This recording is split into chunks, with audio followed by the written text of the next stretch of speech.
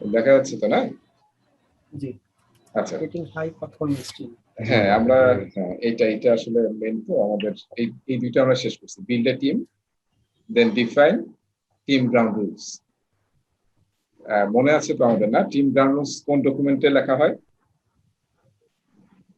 Project charter.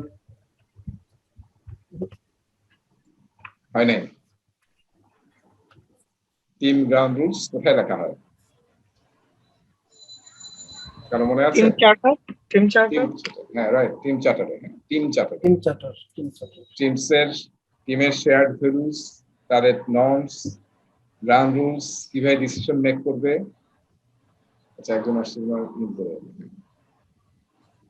তারপরে যদি ground rules violation হয় সেটা কিভাবে সলভ হবে, এই সব জিনিসগুলো থাকবে টিম চার্টারে। ঠিক আছে, টিম চার্টার।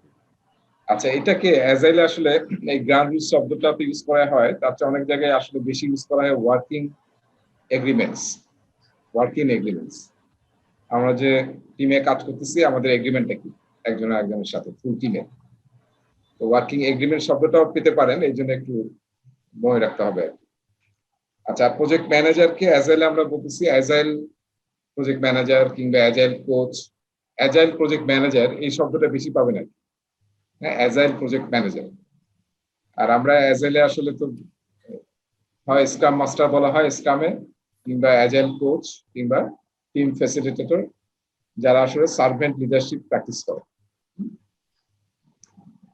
আচ্ছা, আজকে আমরা শুরু করবো হচ্ছে নেগোশিয়েট প্রজেক্ট এগ্রিমেন্ট, তারপর হচ্ছে টিমকে এম্পাওয়ার করা, টিমকে ট্রেন আপ করা, not only team also relevant stakeholders. স্টেকহোল্ডারকে কিন্তু আমরা প্রথম চ্যাপ্টারে বিল্ড এ টিম, সেই জায়গায় কিন্তু আমরা একটু আলোচনা করছিলাম যে স্টেকহোল্ডার কারা, বিভিন্ন ক্যাটাগরির স্টেকহোল্ডার নিয়ে আমরা কথা বলেছিলাম। এবং এর সাথে আমরা বলেছিলাম যে স্টেকহোল্ডারকে আইডেন্টিফাই করার পর একটা ডকুমেন্টে লিখে রাখতে হবে কারা কারা আমাদের স্টেকহোল্ডার। সেই ডকুমেন্টের নাম কি মনে আছে? কি ডকুমেন্ট ছিল এটা?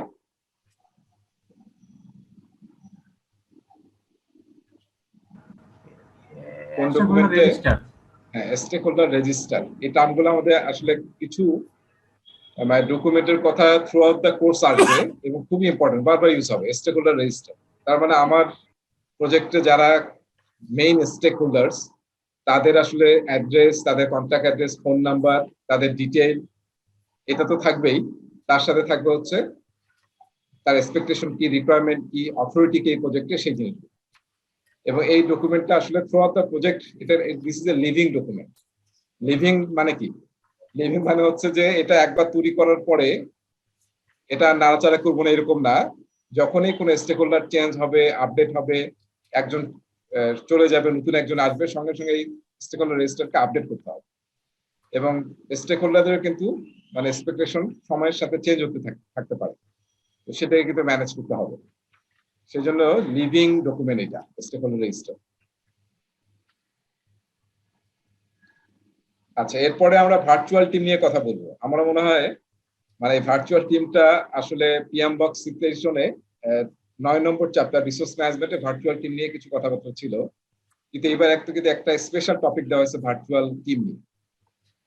হ্যাঁ, তো কোভিড আসলে আমাদেরকে শিখিয়ে ফেলছে অলরেডি যে আসলে ভার্চুয়াল টিমে কিভাবে কাজ করতে হয়। অলরেডি আমরা মনে হয় অনেক শিখে ফেলছি আর কি। সো যেটা আসলে হয়তো আইটিতে বা টেকনোলজিতে ইউজ হতো, এখন কিন্তু সবাই এখন আমরা দেখতেছি যে ভার্চুয়াল টিমে কাজ করতে হবে, তাহলে কোনো ওয়ে নাই, তাই না? সো ভার্চুয়াল টিমের অনেক বেনিফিট আছে, আবার ভার্চুয়াল টিম অনেক চ্যালেঞ্জিং। এরপরে লাস্ট যে টপিক, এটা আসলে অনেক বড় টপিক, যার অনেকগুলি আমরা গত ক্লাসে আলোচনা করছি যখন অ্যাজাইলের আলোচনা করছি। সো এটা হচ্ছে build a shared understanding about a project. এটা হওয়ার পরে আসলে আমরা প্রজেক্টের প্ল্যানিং এ যাবো আর কি। তো টিমের মধ্যে যাতে শেয়ার্ড আন্ডারস্ট্যান্ডিং হয় আমরা কি করতে যাচ্ছি। সো আমি চলে যাচ্ছি টপিক নাম্বার সি তে।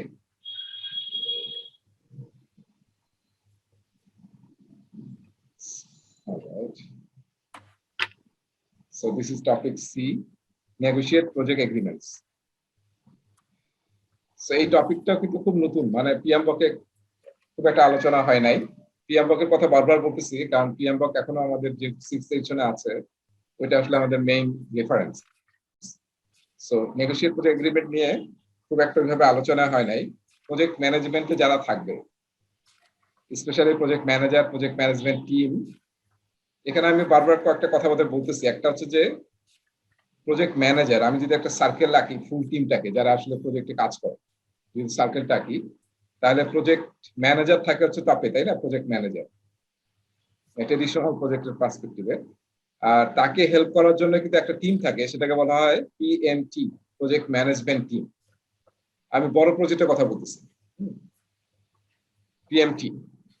সো প্রজেক্ট ম্যানেজমেন্ট টিম, যারা আসলে প্রজেক্ট ম্যানেজারকে ম্যানেজমেন্টে হেল্প করে, এবং এই টিমটা আসলে গেটওয়ে হিসেবে কাজ করে, স্পন্সরের সাথে, কাস্টমারের সাথে গেটওয়ে হিসেবে কাজ করে। আর বাকি হচ্ছে টিম ডেভেলপমেন্ট টিম অথবা ক্রস ফাংশনাল টিম অথবা টিম, যারা আসলে কাজ করবে, responsible. So negotiate project agreements, হ্যাঁ, থ্রু আউট দ্য প্রজেক্ট আসলে প্রজেক্ট ম্যানেজার টিম এবং ইভেন টিম মেম্বারদের তো বিভিন্ন সময়ে বিভিন্ন নেগোসিয়েশনে পার্টিসিপেট করতে হয়। সো সবাইকে ভালো নেগোশিয়েটর হতে হবে। এবং আমরা এখানে আসলে প্রজেক্ট এগ্রিমেন্টস নেগোসিয়েশন বলতে কি বুঝতেছি সেটা আমরা স্লাইডে দেখবো, কিন্তু আসল কথা হচ্ছে যে ভালো নেগোশিয়েটর হতে হবে আমাদের। প্রজেক্ট ম্যানেজার হিসেবে কাজ করি, ম্যানেজমেন্ট টিমে থাকি, কিংবা অ্যাজ এ টিম মেম্বার্স। ঠিক আছে, কার কোন রোলস রেসপন্সিবিলিটি হবে এটা কিন্তু টিমের মধ্যেও নেগোশিয়েট করতে হবে, যে আমার রোল কি হবে, আমার রেসপন্সিবিলিটি কি হবে, আমি কোন কাজটা নেব। আমরা অ্যাজাইল টিমে বলছিলাম যে অ্যাজাইল টিমের কিন্তু মেইনলি দুইটা ক্যারেক্টারিস্টিক্স আছে, আরো অনেক ক্যারেক্টারিস্টিক নিয়ে কথা বলবো। দুইটা ক্যারেক্টারিস্টিক, একটা হচ্ছে সেলফ অর্গানাইজিং, তাই না? সেলফ অর্গানাইজ, তার মানে কি নিজেরাই অর্গানাইজ হয়ে যায়। আমি ফুটবল খেলার ইয়া দিছিলাম যে মানে টোটাল ফুটবল গেম, যেটা টোটাল ফুটবল, রোনালদো যখন দরকার হয় তখন সে ডিফেন্সে গিয়ে ডিফেন্স করে, আর স্ট্রাইকে তো আছেই। সো সেলফ অর্গানাইজিং টিম কোন রোল নেবে, কোন রেসপন্সিবিলিটি নেবে, কোন কাজটা করলে আমাদের টিমের গোল অ্যাচিভ করতে পারবো আমরা, সেটা টিম নিজেরা ডিসাইড করবে। এবং ক্রস ফাংশনাল, এটার কথাও গত ক্লাসে আমি জিজ্ঞাসা করছিলাম, এটার কি কনসেপ্টটা আমি কি ক্লিয়ার হয়েছে কিনা? ক্রস ফাংশনাল টিম বলতে কি বুঝি আমরা, কারো মনে আছে, বলতে পারবেন?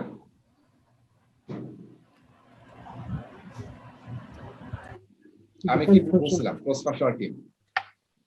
ভাইয়া ক্রস ফাংশনাল হচ্ছে অন্য টিমের উপর ডিপেন্ডেন্ট না, তার উইদিন দা টিম আসলে সব ধরনের রিসোর্স এবং সাপোর্ট অ্যাভেলেবল। রাইট, মানে অ্যাজাইলের এক্সপেকটেশন এইটা যে আপনার যে টিমটা কাজটা নিচ্ছে সেই টিমটাই সাফিসিয়েন্ট, তার মধ্যেই সমস্ত স্কিল আছে, কম্পিটেন্সি আছে ওই ওই দায়িত্বটা ডেলিভারি দেওয়া। ঠিক আছে, এরকম একটা ক্রস ফাংশনাল টিম অ্যাজাইলে আসলে এক্সপেক্টেড। ঠিক আছে, তো সেই জন্য অ্যাজাইল টিমে একটা বড় ঘটনা ঘটে, সেটা হচ্ছে যে অ্যাজাইল টিমে যারা কাজ করে সবাই আসলে চেষ্টা করা হয় যে বিভিন্ন রোলে যাতে কাজ করে। যে ডিজাইন করে সে যাতে কিছুটা কোডিং করে, সে যাতে আবার একটু টেস্টিং করে, হ্যাঁ, আবার সে যাতে কাস্টমারের সাথে নেগোশিয়েট করে। সো এরকম আর কি। সো সবার মধ্যে যাতে কিছু স্কিল থাকে, যাতে একজন যদি না থাকে তাহলে আরেকজন যাতে কাজ চালিয়ে নিতে পারে। এবং আমরা কিন্তু এক জায়গায় বলেছিলাম স্পক, তাই না? Single point of contact. আর একটা কথা বলছিলাম SPOC, single point of failure. হ্যাঁ, যদি একজন রিসোর্স থাকে তাহলে কিন্তু এরকম ফেলিউর হবে, একজন যদি অসুস্থ হয়ে যায় দেখা যায় পুরো টিম স্টাক হয়ে গেছে। এরকম যাতে না হয়, দ্যাটস ওয়াই আমরা ক্রস ফাংশনাল টিম এক্সপেক্ট করতেছি। এবং ক্রস ফাংশনাল টিম হওয়ার জন্য কিন্তু আমরা একটা স্কিলের কথা বলছি, তাই না? টি শেপ বলছি আমরা, যে টিমটাকে হতে হবে T shape. Breadth of knowledge থাকবে বিভিন্ন বিষয়ে, কিন্তু ডেপথ অফ নলেজ থাকবে হচ্ছে একটা বিষয়, আর ব্রেথ অফ নলেজ থাকবে আরো অনেকগুলো বিষয়।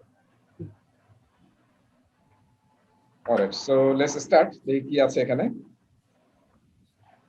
সো এখানে এনাবলার্স কি? Analyse the bounds of the negotiation for agreement. Agreement করে আমাদের যে কাজ দেওয়া হচ্ছে সেগুলো বাউন্ডারিজ বুঝতে পারা নিজেদের পুরো টিমের মধ্যে এবং কাস্টমার এবং স্টেকহোল্ডারদের সাথে। Assess priorities and determine ultimate objective. Verify objectives of the agreement is met. Determine a negotiation strategy, কিভাবে আমরা নেগোসিয়েট করব। Participate in agreement negotiations. আমি যেটা বললাম যে আসলে সবাইকেই বিভিন্ন সময় নেগোসিয়েশনে থাকতে হয়। কিন্তু আমরা যারা প্রকিউরমেন্টে কখনো কাজ করছেন, দেখবেন যে প্রকিউরমেন্ট টিম তো কি এক্সপার্ট টিম আছে, বড় যদি প্রাইভেট সেক্টরে দেখেন, লজিস্টিক টিম বা প্রকিউরমেন্ট টিম, ফাইন্যান্স টিম, দে আর রিয়েল এক্সপার্ট, কিন্তু তারা কিন্তু আসলে প্রকিউরমেন্টে এক্সপার্ট। আমরা যে প্রজেক্টটা করতেছি সেই টেকনোলজি বা সেই টেকনিক্যাল আসপেক্টে কিন্তু দে are not expert.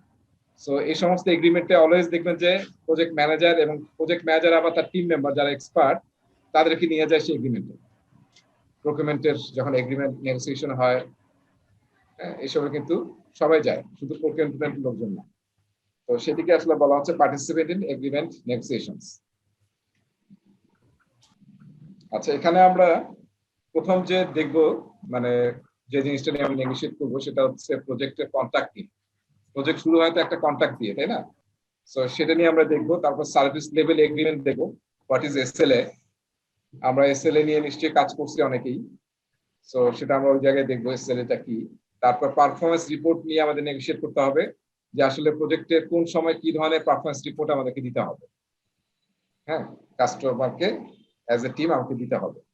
Resource calendar is very important. কেউ বলতে পারবেন what is resource calendar? Resource calendar হচ্ছে যে যে রিসোর্স গুলো আমরা ইউজ করব, মানুষ অথবা মেশিন, এটা কখন কখন অ্যাভেলেবল পাওয়া যাবে সেটার একটা ক্যালেন্ডার। রাইট, হ্যাঁ। মেইন ডেফিনেশন এটাই যে আসলে যে সমস্ত রিসোর্স লাগবে আমাদের প্রজেক্টে তাদের অ্যাভেলেবিলিটিটা ক্যালেন্ডার আমাদের জানা দরকার, তাহলে আসলে আমরা ওইভাবে প্ল্যান করতে পারবো। গো live blackout, this is a new term বলতেছি, পিএমবকে এই টার্মটা ছিল না আসলে। গো লাইভটা তো আমরা সবাই জানি, তাই না? গো লাইভ মানে কোনো একটা সিস্টেম যখন আপডেট হয় বা নতুন ভার্সন হয় বা নতুন একটা প্রজেক্ট আমরা যখন ডেলিভারি দিচ্ছি তখন আমরা গো লাইভ চাই, তাই না? ওটাকে বলি গো লাইভ। আর ব্ল্যাকআউট হচ্ছে তার আগের সিচুয়েশনটা, যখন ইমপ্লিমেন্টেশনটা হয় তখন আমরা কি করি, সমস্ত ট্রানজাকশন বন্ধ রাখি, সমস্ত চেঞ্জ বন্ধ রাখি, বন্ধ রেখে আমরা ব্ল্যাকআউটে চলে যাই। মানে ওই সময় কোনো কাজ কেউ করতে পারবে না, সেই সময় আমরা আসলে নতুন প্রজেক্টটা ইমপ্লিমেন্ট করবো বা নতুন আপডেটটা দেবো। যেমন আপনারা হয়তো দেখবেন যে মাঝে মাঝেই ছুটির দিন, স্পেশালি যেমন আমাদের সবাইতে বন্ধ কি মঙ্গলবার না কালকে? মঙ্গলবার মনে হয়, তাই না? মঙ্গলবার। তার মানে কালকে রাতে। সো দেখবেন যে হয়তো এসএমএস পাবেন যে অনেক ব্যাংক কিন্তু এই ছুটির দিনে ব্ল্যাকআউট ঘোষণা করবে, যে এটিএম এ কাজ করা যাবে না, আমরা কোনো আপডেট করবো। দ্যাট মিনস তারা ব্ল্যাকআউটে গেছে, ওই সময় কোনো চেঞ্জ, কোনো ট্রানজাকশন করতে দিচ্ছে না, কারণ একটা সিস্টেমে আপডেট করতেছে ওরা। সো এটা হচ্ছে ব্ল্যাকআউট। ব্ল্যাকআউটের পরে আমরা নর্মালি গো লাইভে যাই। নেগোসিয়েশন স্কিল থাকতে হবে আমাদের। এক্সপার্ট জাজমেন্ট নিয়ে আমরা একটু আলোচনা করব এবং লেসন লার্ন নিয়ে কথা বলব। লেসন লার্নটা আমরা ট্রেডিশনাল প্রজেক্ট ম্যানেজমেন্টে বলি। আর অ্যাজাইলে কি বলা হয় এই টার্মটাকে? লেসন লার্নটাকে অ্যাজাইলে কি বলা হয়? রেট্রো ভাইয়া। হ্যাঁ, নজরুলই বললো, নজরুলের আগের দিনও বলছিল, অন্য কারো কাছে শুনতে যাচ্ছি না। কারো মনে আছে? মানে 4টা বা 5টা ইভেন্ট হয় অ্যাজাইলে, তাই না? তার মধ্যে লাস্ট ইভেন্টটার নাম কি? রেট্রোস্পেক্টিভ, তাই না? রেট্রোস্পেক্টিভ, হ্যাঁ, যেটাকে আসলে আমরা ট্রেডিশনাল প্রজেক্ট ম্যানেজমেন্টে লেসন লার্ন বলি, লেসন লার্ন সেশন। সেটা অ্যাজাইলে বলা হয় রেট্রোস্পেক্টিভ, কিংবা সংক্ষেপে বলা হয় রেট্রো। আমরা ফুল এটা হচ্ছে লাস্ট ইভেন্ট ইটারেশনের, একদম লাস্ট ইভেন্ট হচ্ছে ইটারেশনের রেট্রোস্পেক্টিভ। আমরা লাস্ট ইটারেশনটা কিরকম করছি, খারাপ কি করছি, ভালো কিভাবে করা যায়, ইমপ্রুভমেন্টের উপায় কি, এবং যদি কোনো প্রবলেম থাকে যেটা আমরা রুট কজ অ্যানালাইসিস করা দরকার, এই সবকিছু আমরা রেট্রোস্পেক্টিভে করি। এবং এখান থেকে এক্সপেরিমেন্টের জন্য ডিসাইড করি যে নেক্সট ইটারেশনে আমরা ইমপ্রুভমেন্টের জন্য 2-3টা আইটেম বা মিনিমাম একটা আইটেম হলেও যাতে আমরা সেটা সিলেক্ট করি এবং এক্সপেরিমেন্টের জন্য নেক্সট ইটারেশনে ওটাকে আমরা ইউজ করি। সেটা হচ্ছে রেট্রোস্পেক্টিভ, যেটা ট্রেডিশনাল প্রজেক্ট ম্যানেজমেন্টে আমরা বলি লেসন লার্ন।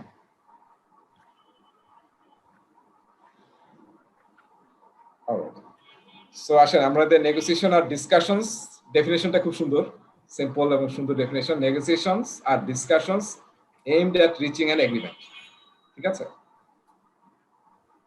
তো আমরা কি নিয়ে আসলে নেগোশিয়েট করব প্রজেক্টে? আমরা টপিকটার নাম কিন্তু প্রজেক্ট নেগোসিয়েশনস। তো প্রজেক্টে দেখবেন এই যে কয়েকটা আইটেম দেখেন, এই আইটেমগুলো পরিচিত? আমি জানি না যারা, আচ্ছা আরিফ আপনি কোথায় কাজ করেন? আমি ভুলে গেছি একটু, আরিফ আপনার ব্যাকগ্রাউন্ড ভুলে গেছি। আমি একটা আইসিএক্স এ আছি। ও আচ্ছা, আইসিএক্স এ আছেন, জি। মানে আর ইয়ার এটা এক্সপেরিয়েন্সটা কি নেটওয়ার্ক সাইডে না আইটি সাইডে? নেটওয়ার্ক সাইডে। নেটওয়ার্ক সাইডে, আচ্ছা ওকে। আচ্ছা, এই কয়েকটা পয়েন্ট কোথায় কে দেখছেন বলেন? এই যে এটা, এই দেখেন এই জিনিসগুলো কোথায় পাইছি আমরা? কারো এক্সপেরিয়েন্স আছে? কোন একটা কন্ট্যাক্ট যখন হয় কোন একটা ভেন্ডর আর সাপ্লায়ারের মধ্যে, তখন কিন্তু কন্ট্রাক্টের মধ্যে এই আইটেমগুলো একদম কমন আইটেম। কাস্টমার এনলিস্টেড করার সময় এগুলা লাগে আমাদের, এনলিস্টেড করা, আর কাজ যখন দিচ্ছি আমরা, কাজ দেওয়ার সময় যে কন্ট্রাক্টটা সাইন হয় সেখানে কিন্তু এই জিনিসগুলো থাকে কন্ট্রাক্টের মধ্যে। এখানে একটা ওয়ার্ক শিডিউল দেওয়া থাকে, কন্ট্রাক্টর একটা ডেলিভারি শিডিউল, ওয়ার্ক শিডিউল একটা দেওয়া থাকে, সেটার ভিতর থাকে এটা, রাইট। যে কম্পোনেন্ট ধরে ধরে কোন তারিখে কত কত থেকে কত পর্যন্ত কোনটা টেন্ডারের ডেলিভারি। ওয়ার্ক শিডিউলও থাকে। Right right. সো দেখেন এই টার্মগুলো আমরা একটু দেখি। প্রথম দেখেন স্টেটমেন্ট অফ ওয়ার্ক আর মেজর ডেলিভারেবলস। তার মানে কি আমরা কিন্তু প্রজেক্ট টিম কাজ করতে যাচ্ছি, আমরা টপিকটা কি করতেছি, creating a high performing team. এখন আমাদেরকে যে প্রজেক্টটা দেওয়া হচ্ছে সেই প্রজেক্টের স্টেটমেন্ট অফ ওয়ার্ক আর মেজর ডেলিভারেবল নিয়ে আমাদের নেগোসিয়েশন করতে হবে এবং আমার আন্ডারস্ট্যান্ডিং ক্লিয়ার করতে হবে, ঠিক আছে, যেটা কন্ট্রাক্টে থাকে। তারপরে ওই যে বলতেছিলেন যে ওয়ার্ক শিডিউল থাকে, schedule with milestones and date, কবে কোন ডেলিভারি দিতে হবে সেটা আমাদেরকে জানতে হবে এবং বুঝতে হবে। তারপর পারফরমেন্স রিপোর্টিং, কখন রিপোর্ট দিতে হবে, কি ফরম্যাটে দিতে হবে এবং রিপোর্টে কি থাকবে, এই জিনিসগুলো কন্ট্রাক্ট কিন্তু ডিটেইল কন্ট্রাক্টে একদম বলা থাকে। হ্যাঁ, ছোট জায়গায় পাবেন না এগুলা, বড় জায়গায় যেমন প্রাইভেট সেক্টরে, যেমন রবিতে কাজ করতে, আমরা যখন কাজ করছিলাম রবিতে, মানে ওদের কন্ট্রাক্ট ডকুমেন্ট এত হিউজ, মানে আমার কাছে আছে ওদের এরকম মোটা ডকুমেন্ট, যেটা বেশি মোটা মানে ছোট আর কি, সরকারি জায়গায় আরো বড় হবে। তো সেখানে রিপোর্টিং ফরম্যাট কি হবে সেটারও স্যাম্পল দিয়ে দিছে, অনেকগুলো টেমপ্লেট দিয়ে দিছি, যে throughout the project you have to follow this templates to provide reports. So performance reporting expectation যাতে আপনার সাথে আপনার কাস্টমারের মিল হয় সেটা আসলে এখানে নেগোশিয়েট করতে হবে। Pricing and payment term clear হতে হবে। কিভাবে ইন্সপেকশন হবে আপনি যখন প্রোডাক্টটা তৈরি করবেন, কি কি কোয়ালিটি রিকোয়ারমেন্ট আছে, অ্যাকসেপ্টেন্স ক্রাইটেরিয়া কি কি মিট করতে হবে, এই সবগুলোকে আপনাকে নেগোশিয়েট করতে হবে। ওয়ারেন্টি এন্ড ফিচার সাপোর্ট কি চাইছে, ইনসেন্টিভস এর কোনো অপশন আছে কিনা, পেনাল্টিজ, সব জায়গায় পেনাল্টি ক্লোজ থাকে তাই না, যেটাকে আমরা সবচেয়ে যেটা ইউজ হয় এলডি, লিকুইডিটি ড্যামেজ, তাই না, লিকুইডিটি ড্যামেজ। যদি আপনি দেরিতে প্রোভাইড করেন সার্ভিস টাইমের বাইরে, তাহলে আসলে পার উইক বা পার মান্থ কত টাকা আপনাকে পেনাল্টি করবে। ইন্স্যুরেন্স এবং পারফরমেন্স বন্ড, ইন্স্যুরেন্স যদি থাকে সেই ইন্স্যুরেন্স কাজ করবে। তারপরে পারফরমেন্স বন্ড তো একটা কমন প্র্যাকটিস, যে টোটাল অ্যামাউন্টের সে 10% আপনাকে পারফরমেন্স বন্ড দিতে হবে, বা ব্যাংক গ্যারান্টি বা পারফরমেন্স গ্যারান্টি দিতে হবে। কোনো সাব কন্ট্রাক্টর আপনি নিতে পারবেন কিনা, নিলেও সেটার অ্যাপ্রুভাল কাস্টমারের কাছ থেকে নিতে হবে কিনা, এই জিনিসগুলো কন্ট্রাক্টে বলা থাকে। এবং other terms and conditions, change request handling, contract যে একদম ফিক্স এরকম কিন্তু না, কন্ট্রাক্টও চেঞ্জ হতে পারে। তাহলে যদি চেঞ্জ হয় সেটা কিভাবে আসলে হ্যান্ডেল হবে তার একটা প্রসিডিউর এখানে বলা থাকে। টার্মিনেশন ক্লোজেস, এবং প্রতিটা কন্ট্রাক্টে একটা বৈশিষ্ট্য মনে রাখতে হবে যে টার্মিনেশন ক্লোজ থাকে কিন্তু, যে আসলে কোনো কারণে যদি কন্ট্রাক্টটা আমরা রান করতে না পারি, একটা হচ্ছে যে সাকসেসফুলি রান করতে পারি তাই তো সব ক্রাইটেরিয়া মিট করে আমরা এটাকে ক্লোজ করলাম, টার্মিনেট করলাম। আর যদি না পারি তাহলে মানে কি কি কারণে আমরা টার্মিনেট করতে পারি। ডিসপিউট রেজলিউশন, এটাও একটা কমন প্র্যাকটিস, হ্যাঁ, প্রতিটা কন্ট্রাক্টই থাকে। যদি কোনো কারণে ডিসপিউট হয় তাহলে সেটা আমরা কিভাবে সলভ করব। এখানে আমরা দুইটা টেকনিক দিয়ে অনেক পরে কথা বলবো নেক্সট লেসনে। আরবিট্রেশন ইউজ করি, আবার আমরা মেডিয়েশন ইউজ করি। হ্যাঁ, আবার ডাইরেক্ট আমরা লিটিগেশন হচ্ছে একদম লিগ্যাল প্রসিডিউরে চলে যাওয়া, কোর্টের মধ্যে যাওয়া, যদি আমরা কোনোভাবেই ডিসপিউট রিজলভ করতে না পারি। এই জিনিসগুলো কিন্তু মেনশন থাকে, কে আরবিট্রেটর হবে, কে মিডিয়েটর হবে, এবং কোন আইন অনুযায়ী আরবিট্রেশন হবে বা লিটিগেশন হবে, কোন দেশের আইন অনুযায়ী, এই জিনিসগুলো কন্ট্রাক্টে বলা থাকে। সো এই জিনিস নিয়ে আপনাকে আসলে নেগোশিয়েট করতে হবে এবং আপনার টিমের আন্ডারস্ট্যান্ডিং ঠিক করতে হবে প্রজেক্ট শুরুর আগে।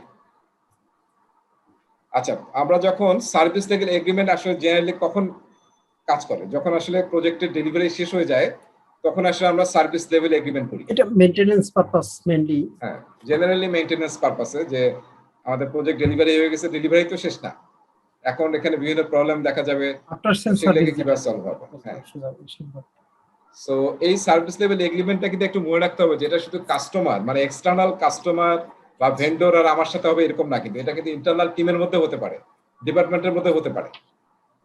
এসএলএটা যে আমার মার্কেটিং ডিপার্টমেন্টের সাথে আইটির একটা এসএলএ থাকতে পারে, হ্যাঁ, মার্কেটিং এর সাথে সেলস এর একটা এসএলএ থাকতে পারে, এটা থাকে কিন্তু। হ্যাঁ, তারপরে ফাইন্যান্সের থাকে, যে আমার কন্ট্রাক্টটা এত 30 তারিখের মধ্যে পেমেন্ট পাবে, 30 দিনের মধ্যে। এই সমস্ত কিন্তু এসএলএ থাকে বিভিন্ন ইন্টারনাল ডিপার্টমেন্টের মধ্যে। সো ডেফিনেশনটা হচ্ছে এটা, এ contract between a service provider, একটা ডিপার্টমেন্টও হতে পারে internal or external, and the end user that describe the level of service expected from the service provider. আচ্ছা, এখান থেকে পরীক্ষায় কিন্তু একটা প্রশ্ন আসবে এসএলএ থেকে, মানে এসএলএ এর মধ্যে আসলে কি কি কন্টেন্ট থাকে। সো আসলে দুই টাইপের কন্টেন্ট থাকে এসএলএ তে।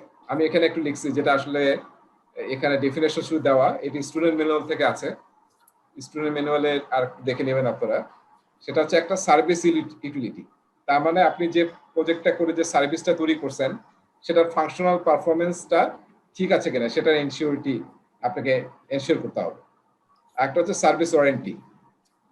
সার্ভিস ওয়ারেন্টির মধ্যে পড়তেছে অ্যাভেলেবিলিটি, 100, আমরা বলি না যে 100% অ্যাভেলেবল হতে হবে, বা 99.99 পার্সেন্টেজ অ্যাভেলেবিলিটি এনশিওর করতে হবে। সার্ভিসের স্পিড, সব জায়গায় সবটা খাটবে না, কিন্তু এই জিনিসগুলো আসলে সার্ভিস ওয়ারেন্টির মধ্যে থাকে। কোনো সিকিউরিটি ব্রিচ হবে না, কন্টিনিউটি, বিজনেস কন্টিনিউটি থাকবে, ফেল করবে না, এন্ড আদার ইউজিবিলিটি এক্সপেকটেশনস, এগুলোকে বলা হচ্ছে সার্ভিস ওয়ারেন্টি। আর একটা হচ্ছে সার্ভিস ইউটিলিটি। সো জেনারেলি এই দুইটা ডিটেইলড এখানে দেখেন কিছু এক্সাম্পল দেওয়া আছে। সো এই দুইটা আসলে মেইনলি এসএল এর কন্টেন্ট হয়। এই দুইটা টার্ম একটু মনে রাখতে হবে, সার্ভিস ইউটিলিটি এবং সার্ভিস ওয়ারেন্টি। তার ভিতরে আবার কয়েকটা এক্সাম্পল স্টুডেন্ট ম্যানুয়ালে দেওয়া আছে। এটা কিন্তু আরেকটা রেজার্ভে আরেকটা বিষয় থাকে, সেটা হলো যে সার্ভিসটা ব্রেক হলো কতক্ষণের ভিতরে সার্ভিসটা আবার রেস্টোর করতে পারবে। ওটা আসলে মেইন একটা পোরশন থাকে একটা, এবং মানে মেজর, মাইনর, ক্রিটিক্যাল মেজর কিরকম সার্ভিস কত সময়ের মধ্যে দেওয়া হবে। ক্রিটিক্যাল প্রবলেম কতক্ষণের ভিতর, মাইনর কতক্ষণ, মেজর হলে কতক্ষণের ভিতর তারা অ্যাটেন্ড করবে, কতক্ষণ প্রবলেম সলভ করবে, এরকম একটা ঠিক। হ্যাঁ, অ্যাকনলেজ কতক্ষণের মধ্যে করবে, তারপরে সলভ কতক্ষণের মধ্যে করবে, বা ওয়ার্ক অ্যারাউন্ড কতক্ষণের মধ্যে করবে, এবং ফাইনাল সলভ সলিউশন কতক্ষণের মধ্যে করবে। এগুলো কিন্তু একদম একটা ডিফাইন্ড এসএল এর মধ্যে থাকে আর কি, সার্ভিস ওয়ারেন্টির পার্ট হিসেবে। আচ্ছা, এখন আসেন আমরা এখন একটু অ্যাজাইল এর কথাবার্তা বলি। মনে আছে প্রোডাক্ট ব্যাকলগ নিয়ে আমরা কথা বলছিলাম, প্রোডাক্ট ব্যাকলগ গত ক্লাসে কথা বলছিলাম। তার মানে কি প্রোডাক্ট ব্যাকলগটা কি, যে প্রোডাক্ট ব্যাকলগ হচ্ছে আসলে সিঙ্গেল ডকুমেন্ট অ্যাজাইল প্রজেক্টে, যেখানে আসলে সমস্ত রিকোয়ারমেন্ট প্রোডাক্ট ব্যাকলগে থাকে। কাস্টমার কি চাচ্ছে, হ্যাঁ, কাস্টমারের সব চাওয়া পাওয়া, scope, requirement, everything is part of product backlog, PB.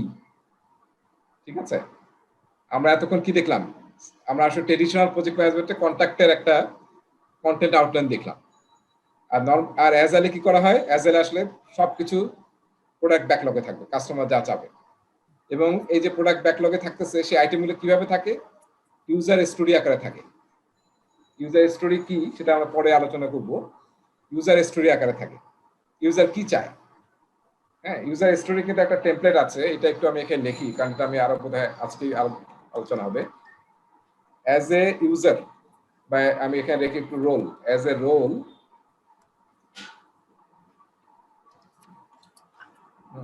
I want to কি করতে চাই, so that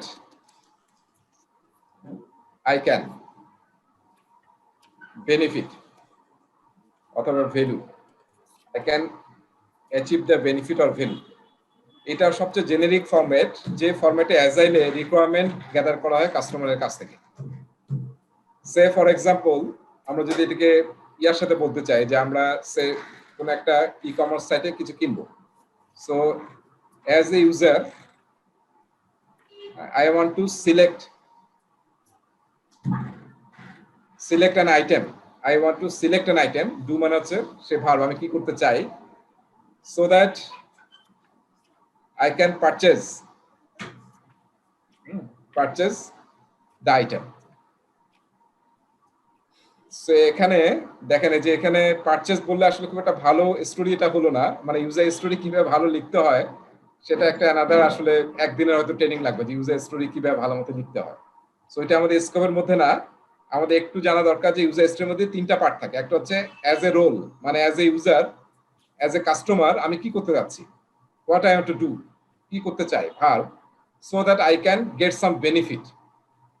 ঠিক আছে, তো তো এই সিম্পল একটা স্ট্রাকচারে অ্যাজাইলের সমস্ত রিকোয়ারমেন্ট গ্যাদার করা হয় এবং সেই গ্যাদার করা রিকোয়ারমেন্টগুলোকে লেখা হয় প্রোডাক্ট ব্যাকলগে।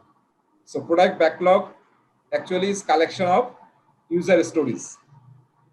হ্যাঁ, কিংবা আরো সিম্পল ভাবে বলা যায়, ইউজার স্টোরি আসলে আরেকটু টেকনিক্যাল, তার আগে বলা যায় যে কোনো ফিচার বা আইটেম থাকে হচ্ছে প্রোডাক্ট ব্যাকলগে। কাস্টমার কি চাচ্ছে সেই আইটেমগুলো থাকে প্রোডাক্ট ব্যাকলগে, এবং আইটেমগুলোকে বলা হয়, এটা আপনি একটু মনে রাখেন, পিবিআই, প্রোডাক্ট ব্যাকলগ আইটেম। তার মানে আমার কাছে কাস্টমার 100টা রিকোয়ারমেন্ট চাইছে বা আইটেম চাইছে বা ফিচার চাইছে, সেটা আমি 1 2 3 4 5 এভাবে 100টা আইটেম লিখলাম। প্রতিটা আইটেমকে বলা হচ্ছে পিবিআই, এবং যে ফরম্যাটে আইটেমগুলো লেখা হয় সেটাকে বলা হয় ইউজার স্টোরি, এবং এই ফরম্যাটটা ফলো করা হয় জেনারেলি। এটার এক্সাম্পল আরো আছে সামনে, আমরা দেখব। আচ্ছা, এখন আরেকটা কথা কি মনে আছে যে আমরা যখন বলতেছি product backlog, it is not only collection of product backlog items or features or requirements or user stories, it is also a list of prioritizing. এটা একদম মাথায় নিয়ে নেন, মানে product backlog should be prioritised. কিসের উপর প্রায়োরিটাইজ? সময় বেশি লাগবে, টাকা বেশি লাগবে, না কিসের উপর? না, আমি কখন ডেলিভারি দেব বা কোন জিনিসটা প্রায়োরিটি, মানে কাস্টমারকে স্যাটিসফাই করতে পারবে, ডেলিভারি না, তার কাস্টমার স্যাটিসফ্যাকশন ফার্স্ট, হচ্ছে মানে ভ্যালু। কোনটা কাস্টমারকে সবচেয়ে বেশি ভ্যালু দিবে, যেটা কাস্টমার এখন দরকার, ঠিক আছে, সেই অনুযায়ী প্রায়োরিটাইজ করতে হবে। যেটা কাস্টমারকে সবচেয়ে বেশি ভ্যালু দিবে সেই অনুযায়ী আমরা প্রায়োরিটাইজ করব। আচ্ছা, এই প্রোডাক্ট ব্যাকলগের আমাদের মনে আছে যে অ্যাজাইলের রোল ছিল 3টা। কি কি রোল ছিল? 3টা। প্রোডাক্ট ওনার বোধহয়, তারপরে প্রোডাক্ট ওনার একটা, তারপরে মানে পিএমআই বা ওই যে অ্যাজাইল কোচ, পিএম বা অ্যাজাইল পিএম, এসএম অথবা প্রোডাক্ট ওনার আর একটা টিম, আর একটা হচ্ছে টিম। তাহলে এই প্রোডাক্ট ব্যাকলগের ওনার কে? প্রোডাক্ট ব্যাকলগের ওনার কে? এটা প্রোডাক্ট ওনার যে প্রোডাক্ট ওনার। এই কনসেপ্টগুলো কিন্তু সবসময় খুব ক্লিয়ার থাকতে হবে। হ্যাঁ, প্রোডাক্ট ব্যাকলগের ওনার হচ্ছে প্রোডাক্ট ওনার। তার মানে এই ব্যাকলগে সব ডিসিশন নেবে হচ্ছে প্রোডাক্ট ওনার, কোনটা হাই ভ্যালিডিটি, কোনটা আসলে কাস্টমার সবার আগে চাইছে। হ্যাঁ, এই সব জিনিসগুলোকে প্রায়োরিটাইজ করা, রিপ্রায়োরিটাইজ করা, রিমুভ করা, সবকিছুর দায়িত্ব হচ্ছে প্রোডাক্ট ওনারের। ঠিক আছে, তবে এখানে একটা সিম্পল জিনিস মনে রাখেন, সেটা হচ্ছে যে চাইলে team, scrum master, product owner, even any stakeholder can add anything in the product backlog, কিন্তু সেটা অ্যাড হবে কি হবে না তার ডিসিশন নেবে হচ্ছে প্রোডাক্ট ওনার। তা আমরা ওই কমপ্লেক্সে না যাই, আমরা জাস্ট একটু এটা মনে রাখলে হবে আমাদের পিএমপি পরীক্ষার জন্য, যে product owner is the sole, হ্যাঁ, বা owner of this product backlog, এবং সেই তারই দায়িত্ব হচ্ছে, যেই আসলে এখানে কিছু অ্যাড করতে চাক না কেন, প্রোডাক্ট ওনারের পারমিশন লাগবে। হ্যাঁ, এবং তার পারমিশন ছাড়া আপনি অ্যাড করতে পারবেন না। আচ্ছা, এখন দেখেন, আমরা অ্যাজাইলের কিন্তু মেইন টার্গেট হচ্ছে যে আমরা কত কুইকলি ভ্যালু ডেলিভারি দিতে পারি এবং সবচেয়ে যেটা প্রায়োরিটাইজ সেটা ডেলিভারি দিতে পারি। সো ট্রেডিশনের সাথে অ্যাজাইলে কিন্তু এটা সবচেয়ে বড় একটা পার্থক্য। সো এখন কিন্তু আমরা যেহেতু অ্যাজাইলের কথাবার্তা শিখতেছি, তার মানে কি হবে, অ্যাজাইলের প্র্যাকটিসগুলো কিন্তু আমরা এখন ট্রেডিশনাল প্রজেক্ট ম্যানেজমেন্টে ইউজ করার চেষ্টা করব। যে আমরা ট্রেডিশনাল প্রজেক্ট ম্যানেজমেন্টে দেখবো যে আসলে কোন কোন জিনিস দিলে কাস্টমার সবচেয়ে হ্যাপি হবে, সবচেয়ে বেনিফিটেড হবে, সবচেয়ে ভ্যালু আমার বিজনেস জন্য ক্রিয়েট হবে। তো অ্যাজাইল প্যারাটাইজ করার জন্য এই যে প্রোডাক্ট ব্যাকলগ আমরা প্যারাটাইজ করতেছি, করলে আসলে কি পাবো, আমরা আসলে বুঝতে পারবো যে আসলে প্রথম ইটারেশনে আমরা কোনগুলোকে আমাদের দেওয়া উচিত, বা প্রথম 2-3টা ইটারেশনে কোন কয়েকটা আইটেম নিয়ে আমাদের কাজ করা উচিত। ঠিক আছে, এখানে আমরা 2টা টার্ম দেখবো, সেটা হচ্ছে একটা নাম হচ্ছে ব্যাকবোন। টার্মটা জাস্ট মনে রাখেন, পরে বলবো যে হোয়াট ইজ ব্যাকবোন। আর একটা হচ্ছে ওয়ার্কিং স্কেলিটন। এই যে মানুষের কথা যে চিন্তা করেন, মানুষের ব্যাকবোনটা তো মেইন না, আমাদের যদি মেরুদণ্ড যদি ডিফেক্টেড হয়ে যাবে, কিছু হয়ে যায়, দেখবেন যে মানে ইউ ক্যানট মুভ, তাই না, বিজনেস শুয়ে থাকতে হবে। সো ব্যাকবোনের উপর কি হয়, আমাদের কঙ্কাল স্কেলিটনটা থাকে, ওয়ার্কিং স্কেলিটন, কঙ্কাল, তাই না, তার উপরে আসলে আমাদের যে শরীর আমরা যেটা দেখতেছি। সো এই যে যখন আসলে আমরা প্রোডাক্ট ব্যাকলগের আইটেমগুলো নেই, প্রথমে আসলে বের করি যে কোন কোন আইটেম ব্যাকবোন আমার, যেটা ছাড়া আসলে কোনো কিছুই সম্ভব না, সেই আইটেমগুলোকে সিলেক্ট করতে হয়। তারপরে দেখি ওয়ার্কিং স্কেলেটন, যেটা না হলে এই ব্যাকবোন দিয়ে কোনো লাভ নাই, this cannot move. So working স্কেলেটনটা আমরা আইডেন্টিফাই করি। এই দুইটা আসলে একদম প্রথমেই তৈরি আইডেন্টিফাই করা হয় প্রোডাক্ট ব্যাকলগ থেকে, ঠিক আছে। এবং এই যে ব্যাকবোন এবং ওয়ার্কিং স্কেলেটন, এটিকে আসলে অনেক সময় আমরা বলি এমভিপি, মিনিমাম ভায়াবল প্রোডাক্ট। এটা না হলে আসলে নাথিং উইল হ্যাপেন। এরপরে বেস করে আমরা আরো ফিচার বাড়াবো, আরো নতুন জিনিস দেবো, কিন্তু এই দুটো থাকতেই হবে। সো প্রথম যখন আমরা কাজ করি তখন আসলে ব্যাকবোন এবং ওয়ার্কিং স্কেলেটন, এবং সেটাকে আমরা বলি MVP, minimum viable product. So MVP কিন্তু এখানেই শেষ না, এরপরে যখন আরো নতুন ফিচার হয় তখন আসলে আমরা প্রতিটা ইটারেশনে এমভিপি বের করার চেষ্টা করি, যে মিনিমাল ভায়াবল প্রোডাক্ট কি হবে যেটা কাস্টমার এই ইটারেশনের পরে ইউজ করতে পারবে, সেটা আমরা সবসময় ফোকাস থাকি। আচ্ছা, এখন এই প্রায়োরিটাইজেশনটা কিভাবে করা হয়? তো সবচেয়ে যেটা ইউজ করা হয় সহজ যেটা, সেটা হচ্ছে মস্কো। মস্কো কি আমরা জানি? মস্কো রুল বা মস্কো অ্যানালাইসিস।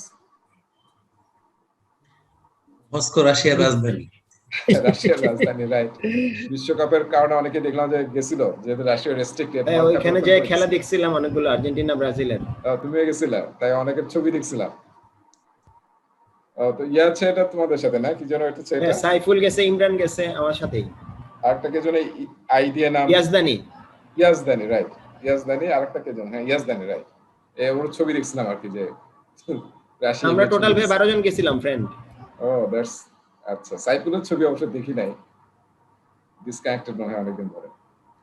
ওকে, সো মস্কো মানে হচ্ছে আমরা যে লিস্ট গুলো নিলাম, নেওয়ার পর আসলে আমরা আইডেন্টিফাই করতে চাই মাস্ট হ্যাভ। আমি একটু লিখি তাহলে বেটার হবে। এটা আসলে ইয়াতে আছে, must have, should have, could have, won't have. Right, must have. তারপর দেখতে হবে কোন আইটেম গুলা শুড হ্যাভ, ঠিক আছে। তারপরে দেখতে হবে কুড হ্যাভ, তারপরে ওন্ট হ্যাভ মানে এই সময় দরকার নেই, পরে লাগতে পারে, এখন আমাদের এটা নিয়ে ফোকাস হওয়ার দরকার নেই। ওন্ট হ্যাভ এই মুহূর্তে দরকার নেই, পরে আমরা চিন্তা করব। তাহলে প্রথম হচ্ছে মাস্ট হ্যাভ গুলোকে আইডেন্টিফাই করতে হবে, যেটা আমি একটু আগে বললাম, ব্যাকবোন এবং ওয়ার্কিং স্কেলেটন বা একদম initial MVP, minimum viable product. এরপরে দেখবো শুড হ্যাভ, মাস্ট হ্যাভ এর পরে। তারপরে দেখবো যে কুড হ্যাভ, ঠিক আছে। এইভাবে আমরা আসলে প্যাটারাইজ করি। সো আইটেম যদি 50টা থাকে, আমরা দেখবো যে মাস্ট হ্যাভ কোনগুলা, শুড হ্যাভ কোনগুলা, কুড হ্যাভ কোনগুলা, তারপর ওন্ট হ্যাভ কোনগুলা। তাহলে অ্যাজাইলে আমরা কি শুরু করবো? এটা করার পরে ধরেন 50টা আইটেমকে আমরা ভাগ করে ফেললাম, করার পরে কি আমরা কি করব? ওন্ট হ্যাভ দিয়ে শুরু করব, ছোট ছোট ইটারেশন করব। মানে মাস্ট হ্যাভ দিয়ে শুরু করব নাকি ওন্ট হ্যাভ দিয়ে শুরু করব? মাস্ট হ্যাভ দিয়ে শুরু করব। হ্যাঁ, অবশ্যই টপ দিয়ে, ঠিক আছে। আচ্ছা, তাহলে এটা হচ্ছে মস্কো। এটা কি দেখলাম আমরা দেখতেছি প্রায়োরিটাইজেশন টেকনিক, 4টা প্রায়োরিটাইজেশন টেকনিকের কথা বলা হয়েছে। আচ্ছা, আরেকটা দেখেন। আচ্ছা, সবাই বুঝতে পারছি তো আমরা, না? মস্কো। আচ্ছা, এরপরে আসি, আমি একটু সহজগুলো আগে বলতেছি। পেয়ার্ড কম্পারিজন অ্যানালাইসিস, তার মানে যে এখানে দুইটা আইটেম, পেয়ার্ড মানে কি দুইটা,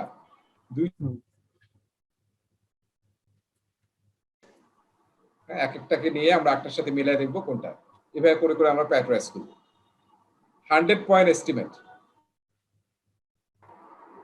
আপনাদের সাথে দেখি যে নেটওয়ার্ক সবচেয়ে ডিস্টার্ব দিতেছে, ঠিক আছে না? চলে আসছি তো, না?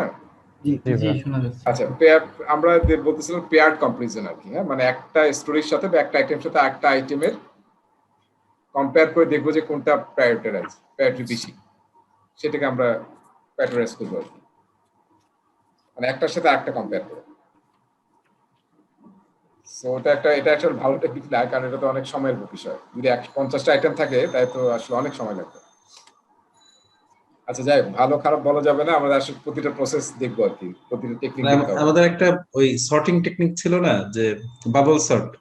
হ্যাঁ, বাবল সর্ট, হ্যাঁ, রাইট। অ্যালগরিদম ছিল। হ্যাঁ, সো দেখি স্লাইড। আচ্ছা, এরপরে আসতেছে 100 পয়েন্ট মেথড। আচ্ছা, 100 পয়েন্ট মেথড, এটা ইন্টারেস্টিং। ধরেন আপনার কাছে 100টা পয়েন্ট দেওয়া আছে, বা ধরেন 100 টাকা আছে। হ্যাঁ, এখন আমাদের আমরা বললাম যে আমাদের এই কয়েকটা হচ্ছে স্টোরি, হ্যাঁ, 1টা 2টা 3টা, এরকম আমি কেন দেখাচ্ছি, মানে স্টোরিগুলো আসলে বেশিরভাগ জায়গায় অ্যাজাইলে নোট পোস্ট-ইট নোটে লেখা হয়, বিভিন্ন কালারের পোস্ট-ইট নোটে লেখা হয়, এবং লেখা হয় কিরকম দেখেন, আমি একটু বড় করে দেখাচ্ছি। পোস্ট-ইট নোট বুঝতে পারছি তো না, বিভিন্ন কালারের যে থাকে, আঠা দিয়ে লাগানো যায়। তো সেখানে কিন্তু এই যে এই বাম সাইডে থাকে হচ্ছে একটা স্টোরির বাম সাইডে থাকে হচ্ছে প্রায়োরিটি নাম্বারটা, এটা কি নাম্বার 1 নাকি 2 না 3, প্রায়োরিটিতে লেখা থাকে। ডান দিকের কর্নারে লেখা থাকে story point, SP. What is story point এখনো বলি নাই, ফলে জাস্ট মনে রাখেন স্টোরি পয়েন্ট। আর এখানে লেখা থাকে যে আমি story as a user I want to do this so that I can get this benefit. আর এটার পিছনে লেখা থাকে হচ্ছে অ্যাকসেপ্টেন্স ক্রাইটেরিয়া, মানে কি কি অ্যাকসেপ্টেন্স ক্রাইটেরিয়া মিট করলে এই ইউজার স্টোরিটা কাস্টমার প্রোডাক্ট ওনার অ্যাকসেপ্ট করবে, বলবো যে দিস ইজ ওকে, সেটাকে বলা হচ্ছে অ্যাকসেপ্টেন্স ক্রাইটেরিয়া। তাহলে এটা হচ্ছে আপনার ইউজার স্টোরির কন্টেন্ট আর কি। এবং নর্মালি একটা ইন্ডেক্স কার্ডে, হ্যাঁ ইন্ডেক্স কার্ড, ছোট ছোট ইন্ডেক্স কার্ডে কিংবা পোস্ট-ইট নোটে আমরা লিখতে পারি। এখন 100 পয়েন্ট মেথড মানে কি, ধরেন আমরা 3 জন এস্টিমেট করতেছি 3%। এখন সবাইকে 100 পয়েন্ট করে দেওয়া হয়েছে, ধরেন 100টা কয়েন বা 100 টাকা দেওয়া হয়েছে। এখন আমাকে বলা হলো এই তিনটার মধ্যে তুমি আসলে কোনটাকে প্রায়োরিটাইজ মনে করো। এখন আমি ধরলাম যে আমি এখানে 50 দিলাম, 50টা পয়েন্ট দিয়ে দিলাম, 50। হ্যাঁ, তাহলে আমার কাছে কত থাকলো, 50 থাকলো। 50 হ্যাঁ, আরেকজন আবার ধরেন এখানে দিল 30, তার কাছে কিন্তু আর আছে 70। আর আরেকজন, তার কাছে মনে হলো যে এইটাই তিনটার মধ্যে এইটা সবচেয়ে টপ প্রায়োরিটি, সে 100টা এখানে দিয়ে দিছে।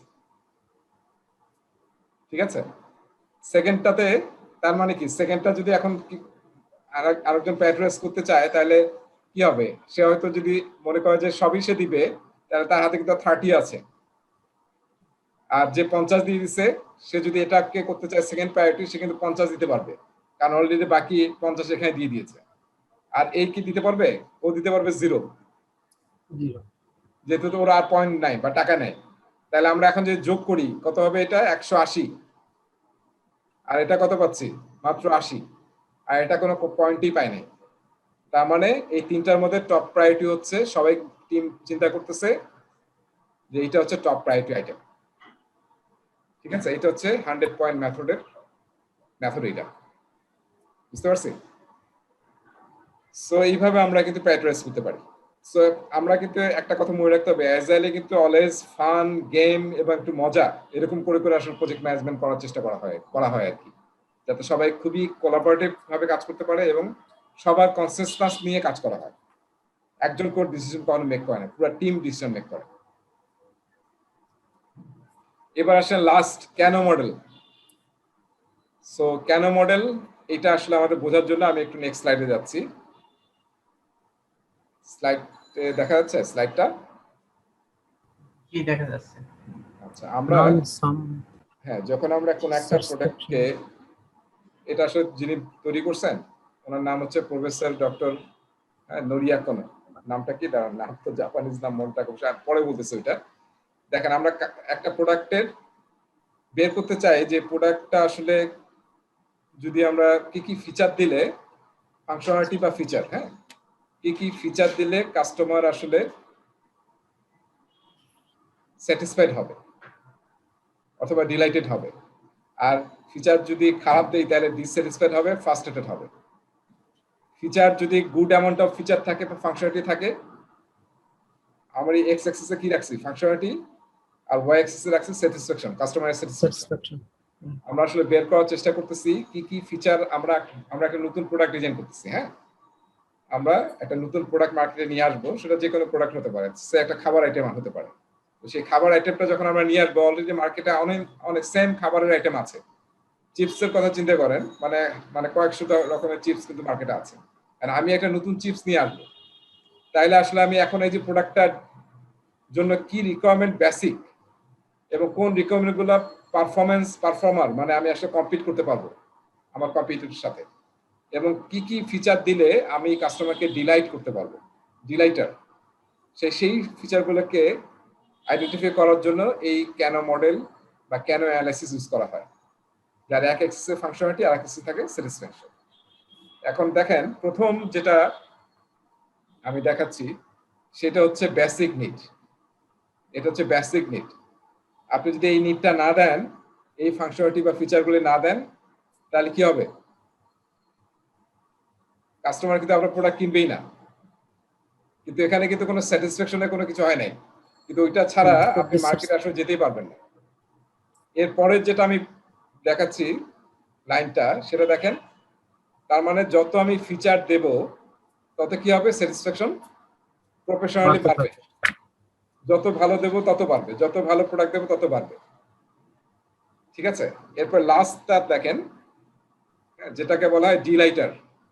তার মানে আপনি যখন এই ধরনের ফিচার দিবেন, এই যে যেটা গ্রিন কালারের, তখন কাস্টমার আসলে ডিলাইটেড হবে।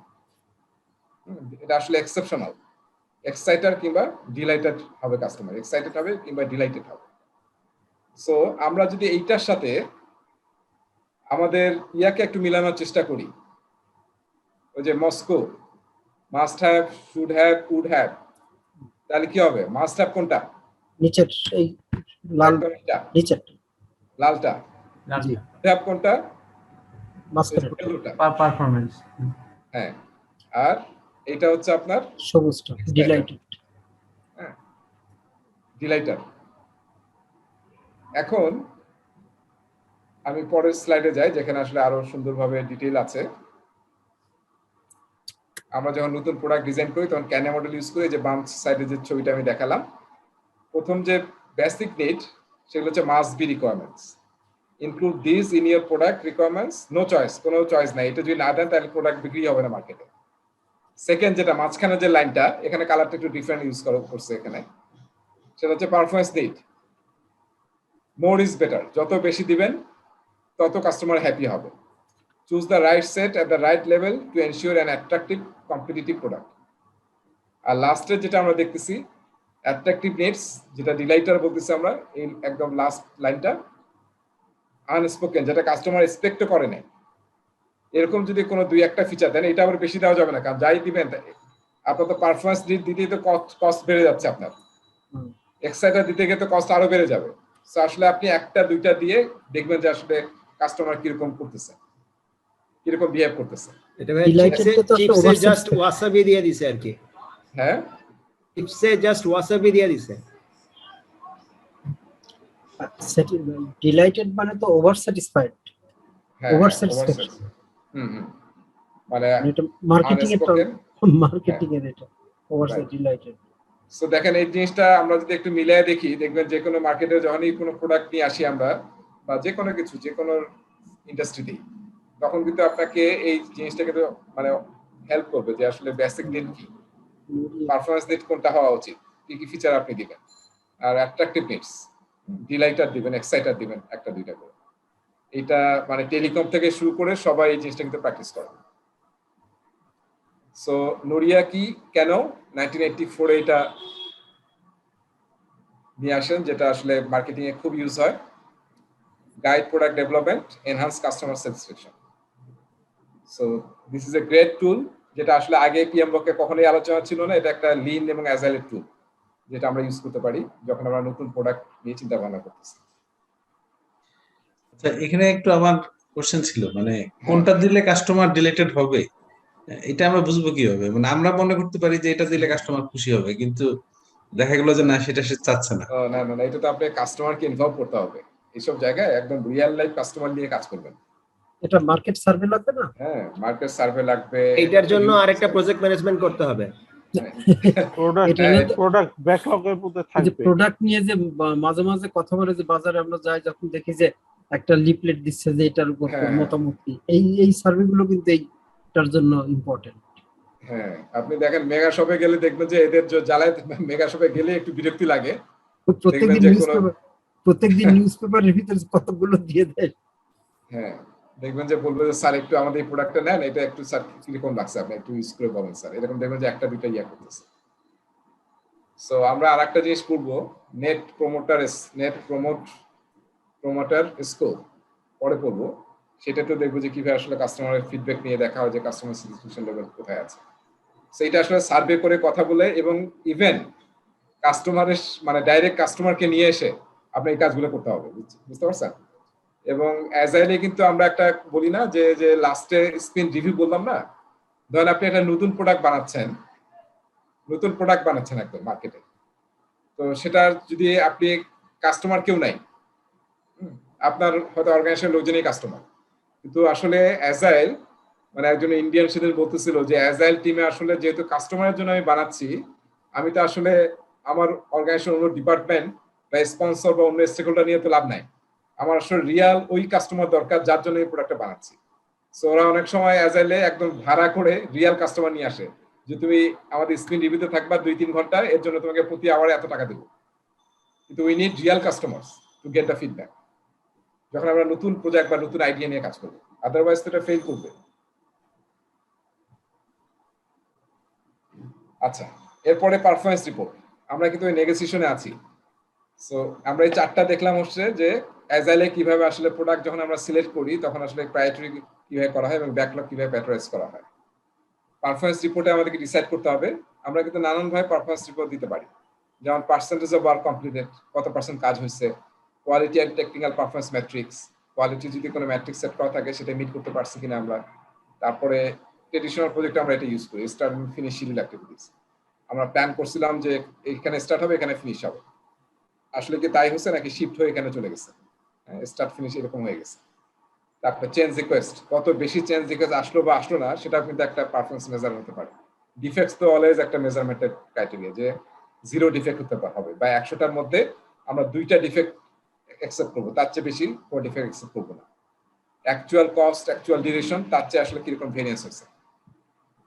আচ্ছা, এরপরে আমাদের যখন এই পারফরমেন্স রিপোর্টটি আমরা কথা বলি তখন কিন্তু ওয়ার্ক পারফরমেন্স ডেটা, আমরা কি কাজ করলাম সেই ডেটাটা কিন্তু আমাদেরকে হেল্প করে এই সমস্ত রিপোর্ট জেনারেট করতে।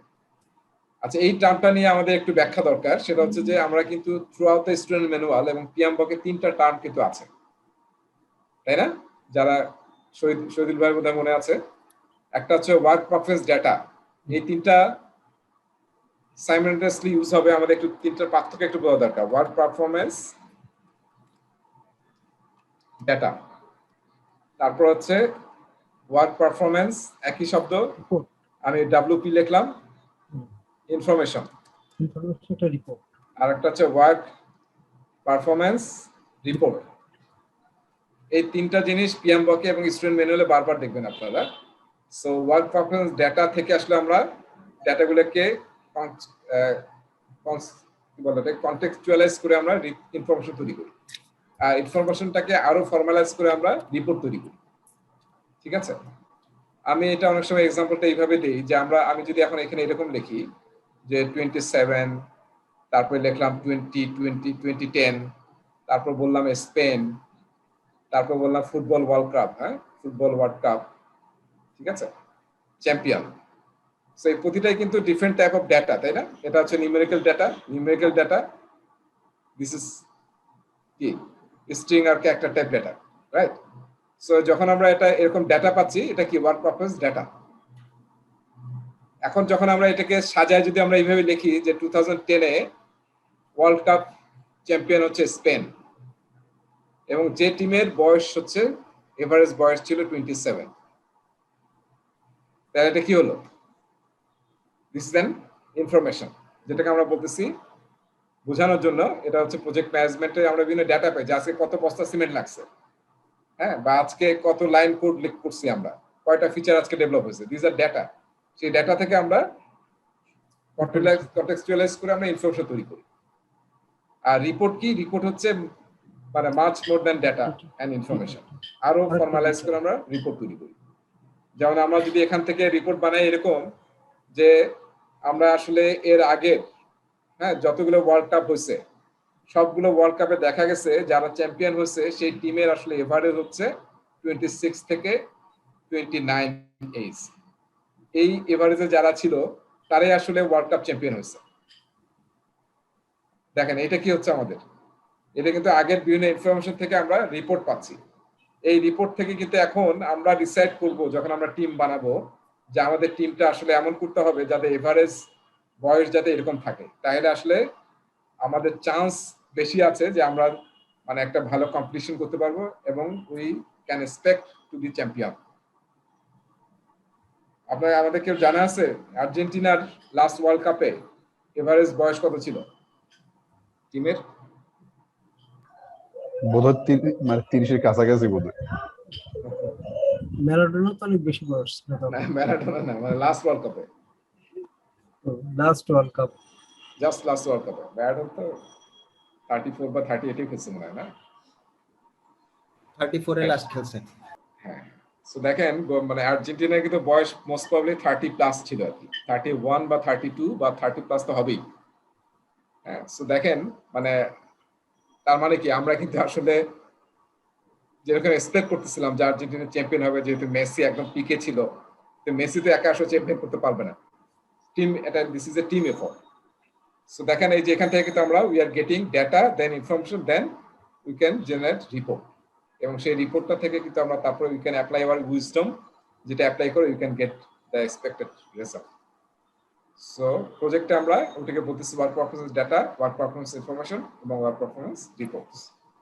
অ্যাজাইলে আমরা কি ইউজ করি? অ্যাজাইলে আমরা দেখবো এই যে এরকম বার্ন ডাউন চার্ট ইউজ করি, হ্যাঁ, কি আরেকটা ইউজ করি ভ্যালোসিটি, হ্যাঁ, ভ্যালোসিটি রিপোর্ট অথবা ভ্যালোসিটি ডেটা, যে আমাদের টিমের ভ্যালোসিটি কি, হোয়াট ইজ ভ্যালোসিটি এখনো বলি নাই, পরে বলবো আমি। So completed and accepted stories, তার মানে আমরা প্রোডাক্ট ব্যাকলগে যে স্টোরিগুলো নিয়েছিলাম এবং সেখান থেকে আমরা বাছাই করে কি করি, একটা ইটারেশনে কয়টা দিতে পারবো, সে 3টা বা 4টা নিয়েছিলাম আমরা, ইটারেশন শেষে দেখবো ওই যে 4টা স্টোরি নিয়েছিলাম 4টায় কি ডেলিভারি দিতে পারছি, নাকি 3টা হয়েছে আর একটা হয়নি। সো এটা আমরা অ্যাজারে মেজার করতে পারি। প্রোডাক্ট ব্যাকলগ প্রোগ্রেস, 100টা আইটেম 50টা হয়ে গেছে, 4টা হয়ে গেছে, তাহলে আরো 44টা আছে। Comparison of stories delivered end iteration plan, iteration planning এ যত আমরা স্টোরি নিয়েছিলাম সেই স্টোরি আমরা ডেলিভারি দিতে পারছি কিনা, আবার হয়তো আমরা তৈরি করছি কিন্তু স্পেন রিভিউ গিয়ে কাস্টমার দেখা গেলো অ্যাকসেপ্ট করলো না। সেই সবগুলোই হচ্ছে আমাদের অ্যাজাইলে আমরা মেজারেবল মেজার করার জন্য টুল ইউজ করি। আরো কিছু টুল আমরা আলোচনা করব, অ্যাজাইলে কিভাবে পারফরম্যান্স মেজার করা হয় সেটা সামনে আলোচনা করব। এক্সপার্ট জাজমেন্ট, এই টার্মটা একটু আমাদের ক্লিয়ারলি বোঝা দরকার। এক্সপার্ট জাজমেন্ট মানে হচ্ছে মানে আমাদের প্রজেক্ট, আমি যে প্রজেক্ট ম্যানেজার হিসেবে কাজ করতেছি বা আমাদের ম্যানেজমেন্ট টিম, আমাদের ফুল টিম এবং বিভিন্ন ডিপার্টমেন্টের লোকজন, সাবজেক্ট ম্যাটার এক্সপার্ট, কনসালটেন্ট, যারা আমাকে কোনো এক্সপার্ট জাজমেন্ট দিতে পারবে, এক্সপার্টিস শেয়ার করতে পারবে, তাকে আমরা প্রজেক্টে বলি এক্সপার্ট জাজমেন্ট। এবং এটা আসলে একটা টুল বা টেকনিক, পিএমবকে এটা অনেকবার আছে আর কি। প্রতিটা প্রসেস করার সময় আমরা এক্সপার্ট জাজমেন্ট ইউজ করি।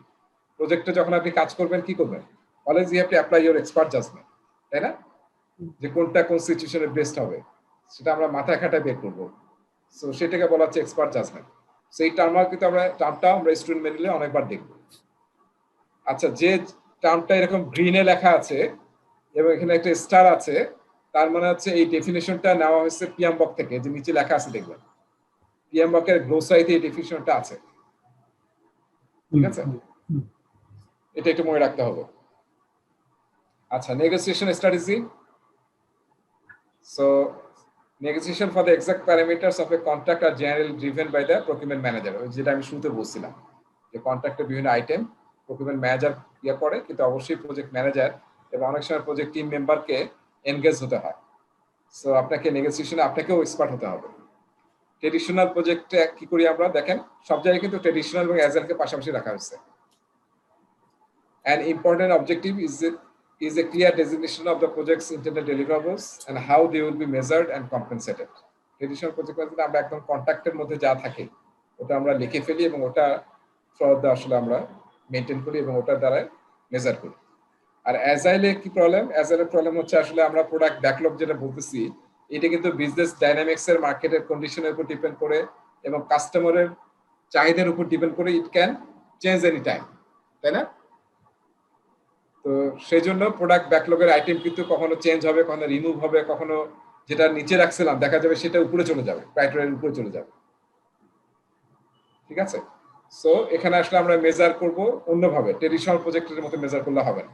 ওই যে মেজারমেন্টগুলো আমরা একটু আগে দেখলাম যে কয়টা স্টোরি নিচ্ছি, কয়টা স্টোরি কাস্টমার অ্যাকসেপ্ট করছে, এইভাবে আমাদেরকে আসলে পারফরমেন্স মেজার করতে হবে। রিসোর্স ক্যালেন্ডার নিয়ে আমরা কথা বলছিলাম যে শুধু পিপল না, ইকুইপমেন্ট, ম্যাটেরিয়াল, ফ্যাসিলিটি কখন কে অ্যাভেলেবল সেটা জানাটা খুব ইম্পর্টেন্ট। তাই সেই অনুযায়ী আমরা আসলে প্রজেক্টের, হ্যাঁ, আমরা শিডিউল তৈরি করতে পারবো, প্ল্যানিং করতে পারবো রিসোর্সের। তো সেটা আমরা বলতেছি resource calendar. So resource calendar use করা হয় মেইনলি দুইটা পারপাসে। একটা হচ্ছে কে কখন অ্যাভেলেবল, সময়টা জানা, আর একটা হচ্ছে রিসোর্সের অ্যাট্রিবিউট, ওই কাজটা করার জন্য কোন ধরনের রিসোর্স লাগবে সেটা কিন্তু আমরা প্ল্যান করতে পারি। তো যদি কোনো একজন রিসোর্স, সে ইঞ্জিনিয়ার একজন বা আর্কিটেক্ট, উনি যদি আমরা জানি যে জানুয়ারি মাসে অ্যাভেলেবল না, তার মানে কি আমরা তখন এমন একজন কাউকে নিয়ে আসতে হবে ওই সময় যে আসলে আর্কিটেক্ট ব্যাকগ্রাউন্ডের। ঠিক আছে? তো রিসোর্স ক্যালেন্ডার আমাদেরকে হেল্প করবে যখন আমরা প্ল্যান করব। লেসন লার্নড তো আমাদের অলরেডি জানি যে আমরা যার কিছু নতুন শিখবো যেটা আমাদের কাজকে ইমপ্রুভ করতে পারে, পারফরমেন্সকে ইমপ্রুভ করতে পারে, সেটা আমরা লেসন লার্ন রেজিস্টারে রাখবো। This is an document. Traditional project ম্যানেজমেন্টে আমরা কারেন্ট প্রজেক্টের যে কোনো আপডেট, যে কোনো নতুন কিছু যেটা আমাদেরকে আরো ভালো করতে পারে, হেল্প করতে পারে, সেটা আমরা রাখি লেসন লার্ন রেজিস্টার। আর অ্যাজাইলে আমরা কি করি, সিরিমনি, এটাকে আমরা বলি রেট্রোস্পেক্টিভ কিংবা রেট্রো, এবং এটা একটা সিরিমনি কিংবা ইভেন্ট কিংবা মিটিং। সেখানে আসলে আমরা আইডেন্টিফাই করার চেষ্টা করি যে কোন জিনিসগুলো হোয়াট ওয়েন্ট রং। আমরা ইজিলি কিন্তু এইভাবে মনে রাখতে পারি, what went wrong in the last iteration, what went right অথবা ওয়েল, CW, এগুলো কিন্তু আমরা আইডেন্টিফাই করতে পারি। কিংবা আরো অনেকে আবার এইভাবে বলে যে স্টপ ডুইং, স্টার্ট ডুইং, একটা হচ্ছে কিপ ডুইং অথবা কন্টিনিউ ডুইং। কোন কোন কাজগুলো আমরা করছি যেটা আর আমাদের নেক্সট ইটারেশন আমরা করবো না, যেহেতু এটা কোনো ভেরিয়েট করেনি। কি কি নতুন আইটেম আমরা আইডেন্টিফাই করলাম যেটা আসলে নেক্সট ইটারেশন থেকে স্টার্ট করা দরকার। আর কিপ অথবা কন্টিনিউ ডুইং, তার মানে হচ্ছে যে আমরা যেটা করতেছিলাম ওটা আমাদের ভালো রেজাল্ট দিচ্ছে, so let's continue this thing. সেইভাবে কিন্তু আমরা রেট্রোস্পেক্টিভ আইডেন্টিফাই করি এবং আমরা কন্টিনিউয়াসলি ইমপ্রুভ করার চেষ্টা করি। এবং রেট্রোস্পেক্টিভে আমরা কি করি আসলে মেইনলি ইন্সপেক্ট করি এবং অ্যাডাপ্ট করি। ঠিক আছে? এবং এইভাবে আমরা কিন্তু কন্টিনিউয়াস ইমপ্রুভমেন্ট করি। দুইটার উদ্দেশ্য কি আসলে? দুইটার উদ্দেশ্য কি? লেসন লার্ন বলেন আর রেট্রোস্পেক্টিভ বলেন, দুইটার উদ্দেশ্য হচ্ছে continuous improvement. Lesson learn register তো এটা ওই কোনো পুরোনো প্রজেক্ট যেগুলো কি সেখানে কি কি প্রবলেম ছিল সেটা জানার জন্য তো লেসন লার্ন রেজিস্টারটা লাগে। ওইটাকে আমরা এখানে আসলে একটু ডিফারেন্সিয়েট করা হয়েছে এবার। সেটা হচ্ছে যে লেসন লার্ন রেজিস্টার হচ্ছে কারেন্ট প্রজেক্টের ডকুমেন্টেশন লেসন লার্ন, আর রিপোজিটরি হচ্ছে আসলে প্রিভিয়াস প্রজেক্টের লেসন লার্ন। সেটা থাকে হচ্ছে রিপোজিটরিতে, যেখানে মাল্টিপল প্রজেক্টের লেসন লার্ন থাকে, সেটা হচ্ছে রিপোজিটরি। আর যেটা আমরা through out the project current project use করবো সেটা হচ্ছে লেসন লার্ন রেজিস্টার। আচ্ছা, ব্ল্যাক আউট তো আমরা অলরেডি বুঝে গেছি, আমার মনে হয় এটা ব্যাখ্যা দরকার নাই, গো লাইভে আমরা বুঝে গেছি। আর অ্যাজাইলে চিন্তা করেন, অ্যাজাইলে কিন্তু আমরা কি বলতেছি, কিছু মানে প্রতিটা ইটারেশনে আমরা কিন্তু প্রোডাক্ট ইনক্রিমেন্ট তৈরি করছি। তার মানে কি, সো ইনক্রিমেন্টটা হচ্ছে তার মানে কি প্রতিটা ইটারেশনের পরেই ব্ল্যাক আউট এবং গো লাইভ সিচুয়েশন আসতে পারে, তাই না? সো সেই জন্য আসলে আপনাকে আসলে স্টেকহোল্ডারের সাথে ওইভাবে কমিউনিকেট করতে হবে যে আমরা যেহেতু প্রতি ইটারেশনে দিচ্ছি 4 উইক পর পর, আমাদের কিন্তু ব্ল্যাক আউট সিচুয়েশন হতে পারে এবং আমরা ছোট ছোট ইনক্রিমেন্টে গো লাইভে যাব, সেটাকে আসলে প্ল্যান করতে হবে। সো এখান থেকে কিন্তু একটা আইডিয়া, আমরা হয়তো অনেক কিছু আমরা জানি ডেভঅপস, তাই না? ডেভঅপস, ডেভেলপমেন্ট এবং অপারেশন টিমের মধ্যে যে গ্যাপ, তাই না? অ্যাজাইল থেকে কিন্তু এই ডেভঅপস এর কনসেপ্টটা আসছে। এখন দেখেন আমরা এখন এমন একটা সিচুয়েশনে আছি, এই যে আমরা ক্লাস করতেছি বা কথা বলতেছি, এর মধ্যে হয়তো আমাজন কিংবা গুগল, যারা আসলে হিউজ, হ্যাঁ, যাদের ইউজার হচ্ছে বিলিয়ন বিলিয়ন ইউজার, এবং তারা কিন্তু মানে মাইক্রো সেকেন্ডের মধ্যে বিভিন্ন রিলিজ দিচ্ছে, হ্যাঁ, বিভিন্ন সার্ভিসের, অ্যামাজনের সার্ভিসের, গুগলের সার্ভিসের। তো সেটাকে আমরা কোনো ইন্টারাপশন বুঝতে পারছি যে ব্ল্যাক আউট এবং গো লাইভ কিন্তু হচ্ছে, কিন্তু আমরা কিন্তু বুঝতে পারছি না। মানে এখন টেকনোলজি এমন ভাবে তৈরি করা হচ্ছে যে আমরা কিন্তু এমন মাইক্রো সেকেন্ডের মধ্যে হয়ে যাচ্ছে বা তারও কম সময়ের মধ্যে হচ্ছে যে উই ক্যানট আন্ডারস্ট্যান্ড। হ্যাঁ, সেখানে আসলে কিন্তু ডেভঅপস কিন্তু মানে ওই যে একটা ব্রিজিং গ্যাপ ছিল যে আমরা যদি ব্ল্যাক আউটে চলে যাই, আমাদের গুগল এখন সার্চ কাজ করতেছে না, তাই তো আসলে পুরো ওয়ার্ল্ড সমস্যা পড়ে যাবে। তো এইভাবে কিন্তু অ্যাপ্রোচ করা হয় যাতে আসলে এই যে ব্ল্যাক আউট গো লাইভের মধ্যে যে ডিফারেন্স, এটা যাতে কাস্টমার বুঝতেই না পারে যে কখন কি ঘটে গেল। সো এখান থেকে কিন্তু আসলে ডেভ অফসেট যে কনসেপ্টটা, সেটা কিন্তু খুবই পপুলার এখন। হ্যাঁ, রবিতে বোধহয় একটা ডিপার্টমেন্টই আছে এখন, ডেভ অপস ডিপার্টমেন্ট। ঠিক আছে, তাহলে গাইডলাইন্স টু পার্টিসিপেট নেগোসিয়েশনস, এটা আসলে আমরা এতক্ষণ যা বললাম তার একটা গাইডলাইন দেওয়া করা দিয়ে দিয়েছে এখানে। প্রজেক্ট ম্যানেজার এবং প্রজেক্ট টিম সবাইকে বিভিন্ন সময় নেগোসিয়েশনে কাজ করতে হবে, ফলে ভালো নেগোসিয়েশন স্কিল থাকতে হবে। আর এরপর হচ্ছে প্রজেক্ট এগ্রিমেন্ট অবজেক্টিভ। আমাদের টার্গেটই হচ্ছে যে আমরা যাতে সবাই এগ্রিড হই।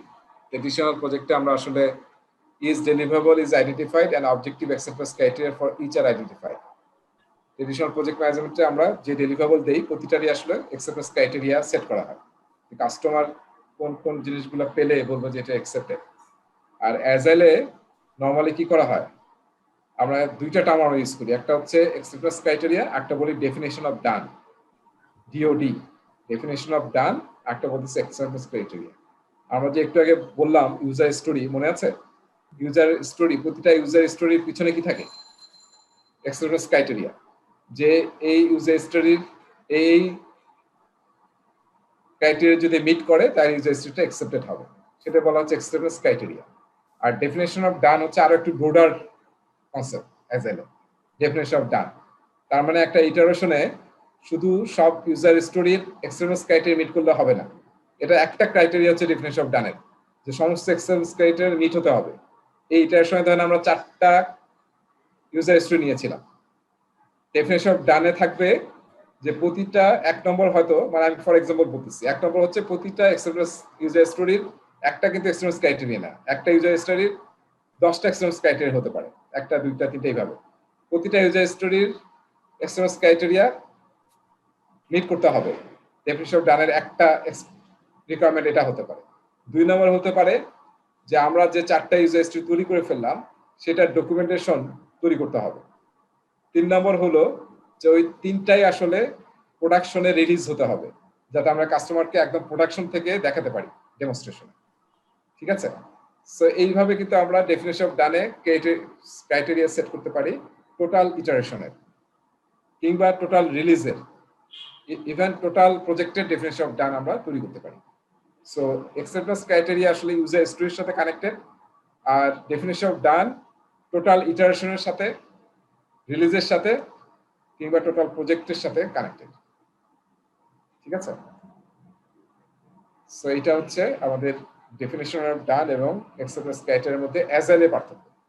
আর আমরা নরমালি ট্রেডিশনাল প্রজেক্ট ম্যানেজমেন্টে ডেফিনেশন অফ ডান শব্দটা ইউজ করি না, আমরা প্রতিটা ডেলিভারের সাথে অ্যাকসেপ্টেন্স ক্রাইটেরিয়া বের করি, সেট করি এবং সেটা মিট করি, এবং ওটা দেখলেই কাস্টমার ওটা যদি পেয়ে যায় তাহলে কাস্টমারটাকে ভ্যালিডেট করে যে হ্যাঁ আমার এক্সপেক্টেড ডেলিভারি পাইছি আমি। অলরাইট, সবাই জয়েন করছি? জি ভাই, জয়েন করছি। অলরাইট, সো নেক্সট টপিক আমরা শুরু করব। আচ্ছা, এখানে এই চ্যাপ্টারের শেষে কিন্তু কিছু অ্যাক্টিভিটি আছে, নেগোশিয়েটিং প্রজেক্ট এগ্রিমেন্টস এর। সেই অ্যাক্টিভিটিগুলো আসলে জাস্ট ডেসক্রিপটিভ টাইপ, সো আপনারা একটু প্রশ্নগুলো দেখে চিন্তা করতে হবে, করার পরে অ্যান্সারগুলো দেখবেন সলিউশনে আছে স্টুডেন্ট ম্যানুয়ালে, তাইলে হবে আর কি। এটা পরীক্ষার জন্য ইম্পর্টেন্ট না, জাস্ট কনসেপ্টগুলো ঠিক আছে কিনা একটু দেখে নিতে হবে। আচ্ছা, আমরা এখন টপিক ডিতে যাব, empowering team members and stakeholders. Very important. হ্যাঁ, টিম মেম্বার থেকে এম্পাওয়ার করতে হবে, এবং এম্পাওয়ারটা আসলে বেশি শব্দটা হচ্ছে অ্যাজাইলে খুব বেশি ইউজ করা হয়, যে আমাদের টিম যাতে এম্পাওয়ার্ড হয়, সেলফ অর্গানাইজ হয়, নিজেরাই কাজ করে। ট্রেডিশনাল প্রজেক্ট ম্যানেজমেন্টে আমরা আসলে কি করি, মানে কোন কাজে কে অ্যাকাউন্টেবল সেটা আমরা এনশিওর করি আর কি, এবং তার যাতে সে অ্যাকাউন্টেবিলিটিটা অ্যাকসেপ্ট করে এবং অ্যাকাউন্টেবিলিটিটা নেয়, যার জন্য কিন্তু আমরা একটা দেখেছিলাম না, আমি শেয়ার করছি স্ক্রিন, মনে হয় শেয়ার করিনি না। সো ট্রেডিশনাল প্রজেক্ট ম্যানেজমেন্টে আমরা কি করি, কাজে অ্যাসাইন করি। ঠিক আছে, আমরা কাজ অ্যাসাইন করি। আমরা এই কাজ আছে আমাদের, কাজগুলোকে আমরা টিমে অ্যাসাইন করি। প্রজেক্ট ম্যানেজারের একটা অন্যতম দায়িত্ব হচ্ছে টিমকে কাজ অ্যাসাইন করা। Team member 1, team member 2, team member 3 কাজ অ্যাসাইন করা, এবং কে কখন কাজ করবে এটাকে প্রজেক্ট ম্যানেজার ডিসাইড করে দেয়।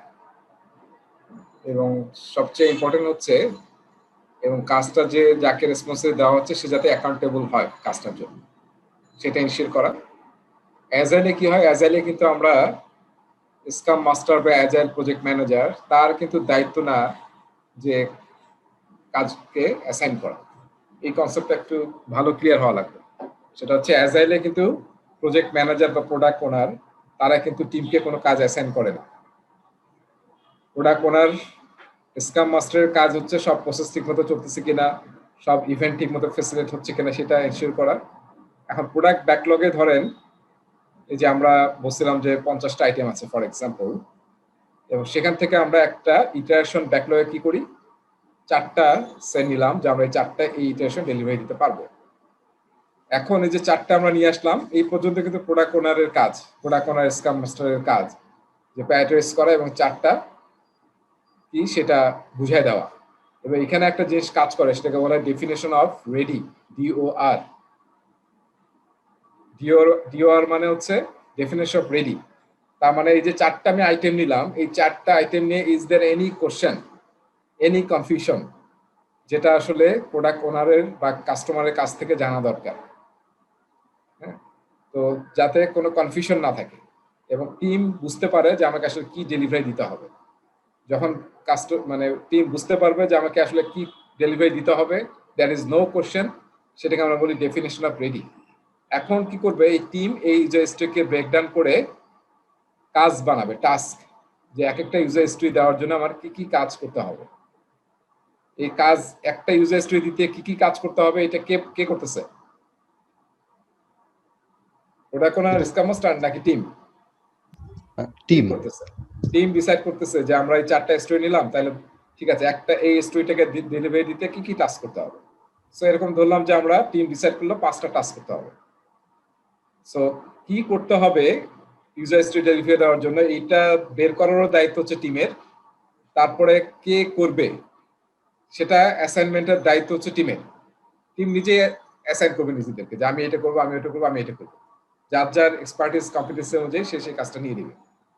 এখানে প্রোডাক্ট ওনার বা স্ক্রাম মাস্টার কোনো বদার করবে না যে তুমি এটা করো, তুমি এটা করো, তুমি এটা করলে ভালো হবে, তুমি এটা করলে খারাপ হবে। নো, এটা হচ্ছে টিমের দায়িত্ব।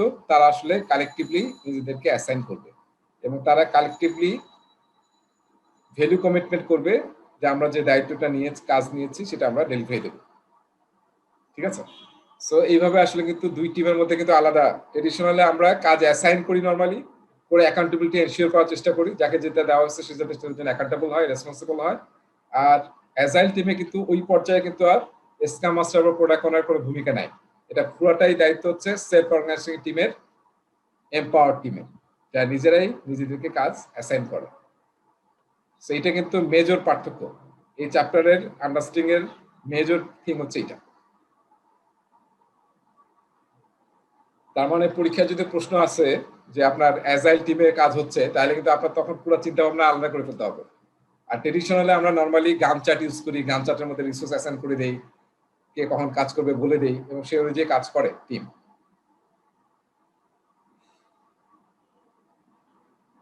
ওকে, so organize around team strengths.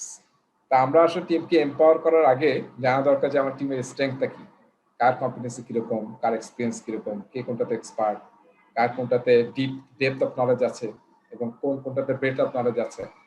এটা সাপোর্ট টিম টাস্ক অ্যাকাউন্টেবিলিটি, মানে অ্যাকাউন্টেবিলিটি যাতে সবাই নেয়, evaluate demonstration of task accountability, এবং যে যে কাজটা নিলে ওটা যাতে আমরা আবার এভালুয়েট করতে পারি। ডিটারমাইন এন্ড হাউ এন্ড বিস্টো level of decision making authority. এই যে এটা খুব ইম্পর্টেন্ট জিনিস, তাই না? যে আমরা সব পাওয়ার নিজের কাছে কুক্ষিত রাখলে হবে না আসলে। বিভিন্ন লেভেলে বিভিন্ন ডিসিশন তৈরি করার অপশন দিয়ে দিতে হবে। অ্যাজাইলে যেমন আমি একটু আগে বললাম যে প্রোডাক্ট ওনার স্ক্রাম মাস্টারের কোনো ভূমিকা নাই, টিম কিভাবে কাজ করবে, কে কখন কোনটা কাজ করবে, হ্যাঁ, সো এটা ডিসাইড করবে টিমে। সেই জিনিসগুলো আসলে ট্রেডিশনাল প্রজেক্টে আমাদেরকে প্র্যাকটিস করতে হবে, যে একটা সব জায়গায় যদি প্রজেক্ট ম্যানেজার নাক গলায় তাহলে তো ঝামেলা, আপনি ম্যানেজও করতে পারবেন। এটা আসলে বিভিন্ন টিমের মধ্যে টিম লিডার, টিম মেম্বার এইভাবে আপনাকে দিতে হবে যে কোন পর্যায়ে। আপনি বই দিলেন যে একটা টিম লিডারের কাজ, সেখান থেকে যদি আসে তাহলে গ্রুপ লিডার ডিসাইড করবে। গ্রুপ লিডার যদি না পারে then it will come to me, product manager, project manager. So এটা আমাদের করতে হবে আসলে, নাহলে কিন্তু মাইক্রো ম্যানেজ করতে হবে, which is in a big team, which is quite impossible. So আমরা এখানে আসলে খুব বড় কিছু নাই, এখানে অনেকগুলো টুল নিয়ে বলা হয়েছে, কিন্তু এই টুলগুলোর এক্সপ্লেনেশন এখানে নাই, সেটা আমরা পরে আলোচনা করব। যেমন ফিস্ট অফ 5, এটা একটা টুল অ্যাজাইল ইউজ হয় ডিসিশন মেকিং এর জন্য। রোমান ভোটিং, এটাও ডিসিশন মেকিং এর টুল। পোলিং মানে ভোট নেওয়া, আমরা তো জানি যে পোলিং। প্ল্যানিং পোকার, এটা হচ্ছে এস্টিমেশন টেকনিক। ডট ভোটিং, আমরা 100 ভোটিং করছিলাম না, 100 পয়েন্ট ভোটিং, এটা একটা সিমিলার কাইন্ড অফ ভোটিং, যেটা দিয়ে আসলে আমরা ডিসিশন নিতে পারি বা অ্যাকুরেসি করতে পারি। মেইনলি ডিসিশন মেকিং এ ইউজ হয়। এই কয়েকটা আসলে এক্সপ্লেনেশন এখানে নাই, পরে আসবে তখন আমি আলোচনা করব। রেট্রোস্পেক্টিভ আমরা অলরেডি জানি।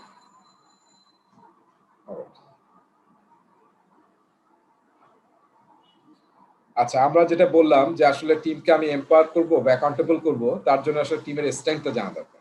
এটা তো আমরা সবাই জানি, তাই না? SWOT, SWOT অ্যানালাইসিস যেটা আমরা বলি। তো নরমালি আমরা বিজনেসে ইউজ করি যে আমার বিজনেস কিরকম স্ট্রং, আমার বিজনেস অপরচুনিটি কি, থ্রেট কি। সো এটা কিন্তু আমরা অনেক জায়গায় কিন্তু এটা ইউজ করতে পারি।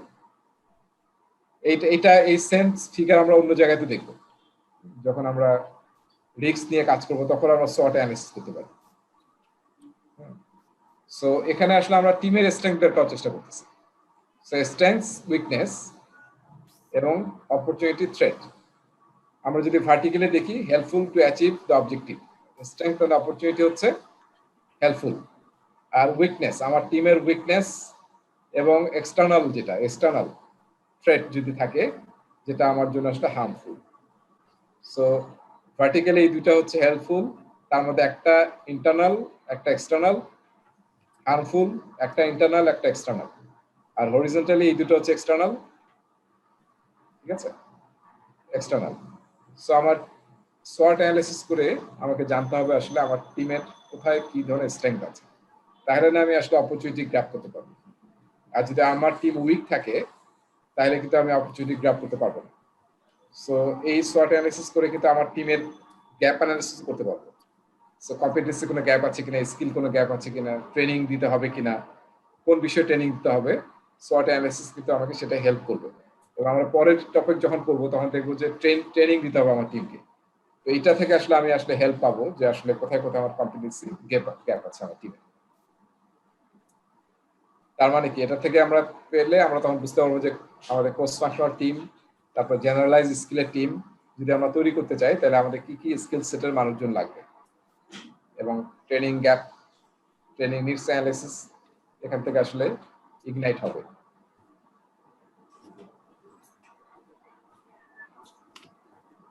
আচ্ছা, টিম ডিসিশন মেকিং টুলস। টিমে যখন আমরা কাজ করব তখন আসলে ডিসিশন মেকিং এর প্রয়োজন হবে, তাই না? এবং আমরা কনফ্লিক্টও হবে প্রচুর। সো এই দুইটা কিন্তু আমরা টিম চার্টারের কথা বলছিলাম যে ডিসিশন মেকিং আমরা কিভাবে নেব সেটা টিম চার্টারে যদি বল থাকে, আর কনফ্লিক্ট যদি হয় সেটা আমরা কিভাবে রিজলভ করব।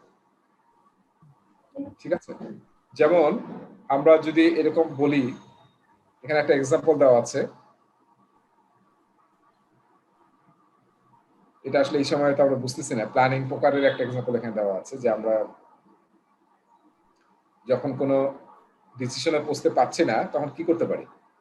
সে একটা 3টা আইটেম আছে, আমরা চাচ্ছি যে একটা আইটেম নিয়ে কাজ করব, কিন্তু কেউ ডিসিশন নিতে পারছে না যে কোন আইটেম নিয়ে কাজ করব।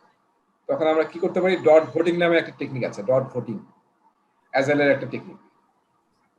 আপনি কি করতে পারেন যে আপনি ডট দিলেন, আপনার কাছে 10টা ডট আছে, এরকম কিন্তু আমরা যখন স্টিকি নোট পাই এরকম কিন্তু ডট দেওয়ারও কিন্তু ছোট ছোট স্টিকি নোট পাওয়া যায়। সো আমরা এখানে স্টিকি নোট দিলাম, বিভিন্ন জনকে বিভিন্ন কালারের স্টিকি নোট দেওয়া আছে, তিনজন 3টা কালার দিবে। এখন এখানে 2টা কালার পেলাম, এখানে একটা পেলাম। সো এইভাবে কিন্তু ইউ ক্যান ডিসাইড, হ্যাঁ, যেটা হাইয়েস্ট হবে ডট ভোটিং এর সবচেয়ে বেশি ডট পাবে যেটা, যে আইটেমটা, সেটা সেই ব্যাপারে আমরা ডিসিশন নেব। ঠিক আছে। আর এখানে এক্সাম্পল দেওয়া আছে প্ল্যানিং পোকারের। প্ল্যানিং পোকার নিয়ে যখন আমরা কথা বলবো তখন এক্সাম্পলটা আবার রিলেট করব, ফলে সমস্যা নাই, এবং এক্সাম্পলটা সামনেও আছে।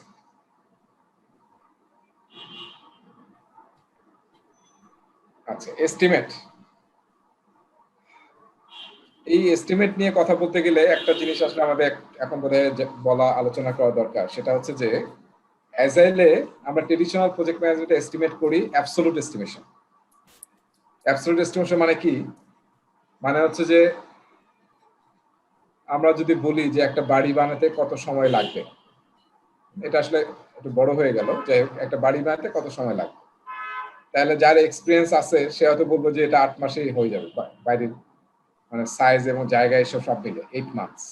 আরেকজন বললো 12 মান্থস, 10 মান্থস। আমরা কি বলতেছি? আমরা আসলে কিন্তু অ্যাবসলিউট এস্টিমেশন বলতেছি, অ্যাবসলিউট এস্টিমেশন। সো মানুষ কিন্তু অ্যাবসলিউট এস্টিমেশনে ইজ নট ভেরি মানে ভালো কিন্তু না। মানুষ কিসে ভালো? মানুষ আসলে রিলেটিভ এস্টিমেশনে ভালো। এইটা বোঝানোর জন্য আমি একটু অন্য একটা স্লাইডে যাচ্ছি। স্লাইডটা দেখা যাচ্ছে?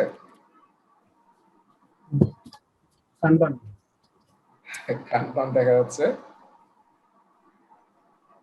আচ্ছা, দাঁড়ান, এটা আমি একটু ভিডিওটা স্টপ করি, করে আমি ওটা একটু অন করি, কারণ এটা আপনার আইডিয়াটা বুঝতে পারবেন।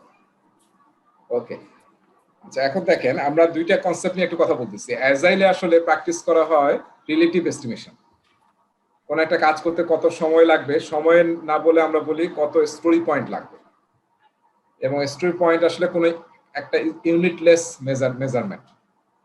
এবং অ্যাজাইলে আমরা রিলেটিভ এস্টিমেশন করি, আর নর্মাল ট্রেডিশনাল প্রজেক্টে আমরা অ্যাবসলিউট এস্টিমেশন করি। এই দুটার মধ্যে পার্থক্য কি, এটা বোঝানোর জন্য আমি একটা ছোট্ট পুতুলের খেলা খেলবো আর কি। হ্যাঁ, এবং আপনার প্রাইজ আছে? নো প্রাইজ আছে। অলরাইট, সো দিস ওয়ান দেখতে পাচ্ছি আমরা, হাইট অফ দ্য ডল। জি দেখা যাচ্ছে। দেখতে পাচ্ছি। এই পুতুলটার হাইট কত ইঞ্চি?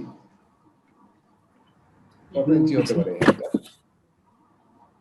6 ইঞ্চি হতে পারে। একজন বলেছে 3 ইঞ্চি। হ্যাঁ, 3.5 ইঞ্চি।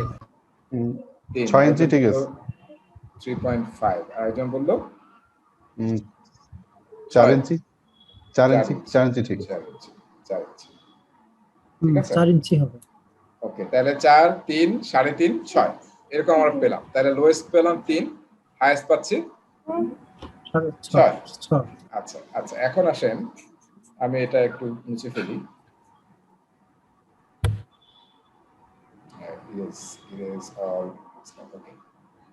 আচ্ছা, এবার যদি আমি বলি, এটা এই পেন নিয়ে জামালে করলাম দেখি। আচ্ছা, এখন দেখেন আরেকটা ছোট ডল আসছে না পাশে? জি ভাই। এখন যে আমি যদি বলি হাইট, আমরা কিন্তু হাইট বলতেছি, যে আমরা বললাম 4 ইঞ্চি, 6 ইঞ্চি, 3.5 ইঞ্চি, লোয়েস্ট 3, আর হাইট ছিল 6। এখন বলেন যে এই যে আমি পাশাপাশি রাখলাম একটা ছোট ডল, তাহলে আমি ওই হাইটে পৌঁছতে, বড় ডলটার হাইটে পৌঁছতে আমার কয়টা ডল লাগবে?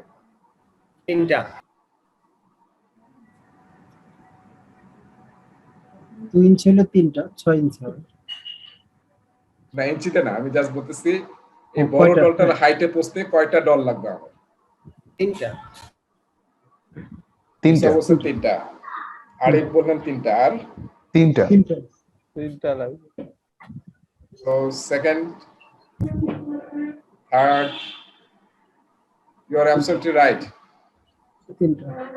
ঠিক আছে, এই যে আমরা প্রথম যে এস্টিমেশনটা করতেছিলাম, দ্যাট ওয়াজ অ্যাবসলিউট এস্টিমেশন। ওকে, তখন কিন্তু দেখেন আমরা কিন্তু লোয়েস্ট হয়েছিল 3, আর হাইয়েস্ট কত হয়েছিল? 6। কিন্তু এখানে দেখেন উই অল এগ্রিড, মানে মোটামুটি কিন্তু কেউ ডিফারই করি নাই, সবাই বলছে যে 3টা পুতুলের হাইটের সমান হবে। এটা হচ্ছে রিলেটিভ এস্টিমেশন। আমরা যখন একটার সাথে একটা কম্পেয়ার করে এস্টিমেট করতে বলা হয়, তখন কিন্তু আমরা খুব, দেখেন আমরা এখানে প্রমাণ পেয়ে গেলাম যে আমরা খুব ভালো এটাতে। জি জি। ঠিক আছে? তো অ্যাজাইলে এইটাকে ইউজ করা হয় এবং এই এস্টিমেশনটাকে ওরা স্টোরি পয়েন্ট বলে। হ্যাঁ, স্টোরি পয়েন্ট বলে। সো এইটা হচ্ছে রিলেটিভ। এবং এখন দেখেন যে আমরা যে বললাম না যে কত হাইট ছিল, ক্লিক করতেছি ইয়াতে, সরি, এই পুতুলটা কিন্তু রাশিয়ান পুতুল। রাশিয়াতে এই ধরনের পুতুল পাওয়া যায়, একটা পুতুলের ভিতরে অনেকগুলি পুতুল অনেকগুলো, থাকে। হ্যাঁ আমি আমার বাসায় ছিল এটা। দেখেন হাইট কত দেখছেন, দেখা যাচ্ছে উপরে হাইটটা 4.8। 84, মানে কারোটাই কিন্তু হয় নাই, দেখছেন, কারোটাই হয় নাই। এবং আমাদের ডিফারেন্সটা অনেক ছিল, ডিফারেন্সটা অনেক বেশি ছিল, কিন্তু যখন আমরা কম্পেয়ার করে রিলেটিভ কোন এস্টিমেশন করতেছি তখন কিন্তু আমরা সবাই কারেক্ট করছি। সো অ্যাজাইলে কিন্তু এইটাকে প্রেফার করা হয়। আজকে একটু সার্চ দিয়ে দেখবেন যে relative versus absolute estimation in agile, বা জাস্ট শুধু ওটা লিখে যদি সার্চ দেন অনেকগুলা মানে আপনি ইয়া পাবেন আর কি, রাইটিং পাবেন, রাইট আপ পাবেন, এবং মজা পাবেন যে আসলে কেন আসলে অ্যাজাইলে রিলেটিভ এস্টিমেশন ইউজ করা হয়। So which is a great মানে মানে বলবো আর কি সংযোজন প্রজেক্ট ম্যানেজমেন্টে। ঠিক আছে? সো এই যে অ্যাজাইল আমরা কি করি, আমরা কোনো একটা টাস্ক বা কোনো একটা ইউজার স্টোরি করতে কত সময় লাগবে এটা না জিজ্ঞাসা করে আমরা বলি যে কত স্টোরি পয়েন্ট লাগবে। হ্যাঁ, এবং তখন আমরা একটা কাজকে নেই যে কাজটার ব্যাপারে টিম আগে থেকে এক্সপেরিয়েন্স বা অলরেডি এই ধরনের কাজ করছে, করে তারা একটা রেফারেন্স পয়েন্ট বের করে যে আমার এই কাজটা করতে সে 3 স্টোরি পয়েন্ট বা 5 স্টোরি পয়েন্ট লাগবে, ওইটা আমাদের রেফারেন্স পয়েন্ট হয়। এরপরে আমরা প্রোডাক্ট ব্যাকলগ থেকে আরেকটা আইটেম নেই, নিয়ে টিমকে জিজ্ঞাসা করি যে এখন তুমি বলো তোমার রেফারেন্স পয়েন্ট হচ্ছে 5, এটা করতে কত তোমার রেফারেন্স পয়েন্ট লাগবে। তখন টিম চিন্তা করে, রিলেটিভ চিন্তা করে যে আমার এই কাজটা করতে 5 আমরা চিন্তা করেছি, তাহলে এই কাজটা যেটা এটা হচ্ছে বড় মনে হচ্ছে সেটা কি কত হবে, 8 হবে নাকি 13 হবে, নাকি আসলে যদি কম হয় তাহলে 3 হবে। যে আমি দেখেন কিছু টার্ম বলতেছি, এটাকে বলা হয় ফিবোনাচ্চি নাম্বার, তাই না? ফিবোনাচ্চি নাম্বার সবাই জানি তো নাকি? 0, 1, 2, 3, 5, 8, তারপরে কি হবে?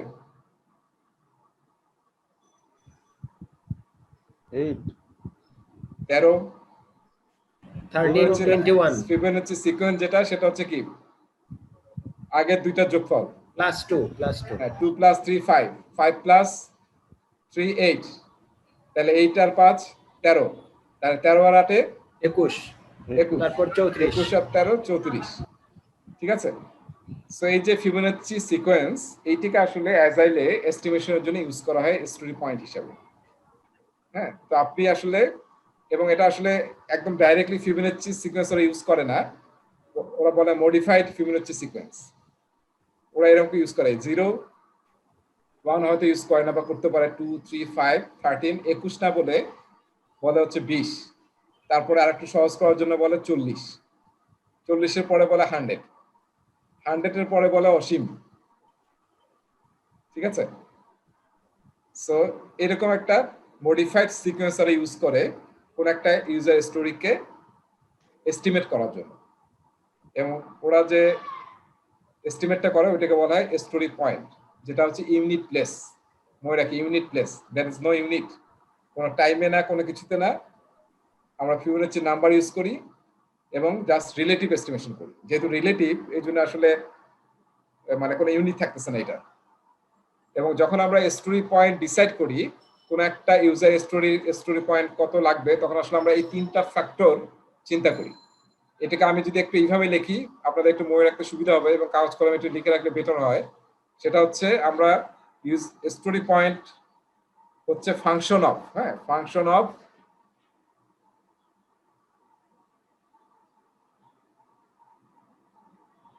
কমপ্লেক্সিটি, কাজটা কিরকম কমপ্লেক্স, কমপ্লেক্সিটি কাজটা করতে কিরকম এফোর্ট লাগবে, এবং রিস্ক কিংবা পিটফল। মেইনলি এই 3টা জিনিসের ফ্যাক্টর বা ফাংশন হচ্ছে স্টোরি পয়েন্ট। তার মানে কোন একটা ইউজার স্টোরি করতে কত স্টোরি পয়েন্ট লাগবে যখন আমরা ডিসাইড করি, তখন আসলে আমরা এই 3টা জিনিস কনসিডার করি যে কাজটা কত কমপ্লেক্স, কাজটা করতে আমাদের ম্যান আওয়ার কিরকম লাগতে পারে, এবং এই কাজটার মধ্যে পিটফল বা রিস্ক কি কি আছে। ঠিক আছে, এই কয়েকটা ফাংশন, অ্যাট্রিবিউটের ফাংশন হচ্ছে আমাদের, ভেরিয়েবলের ফাংশন হচ্ছে স্টোরি পয়েন্ট। ঠিক আছে, আর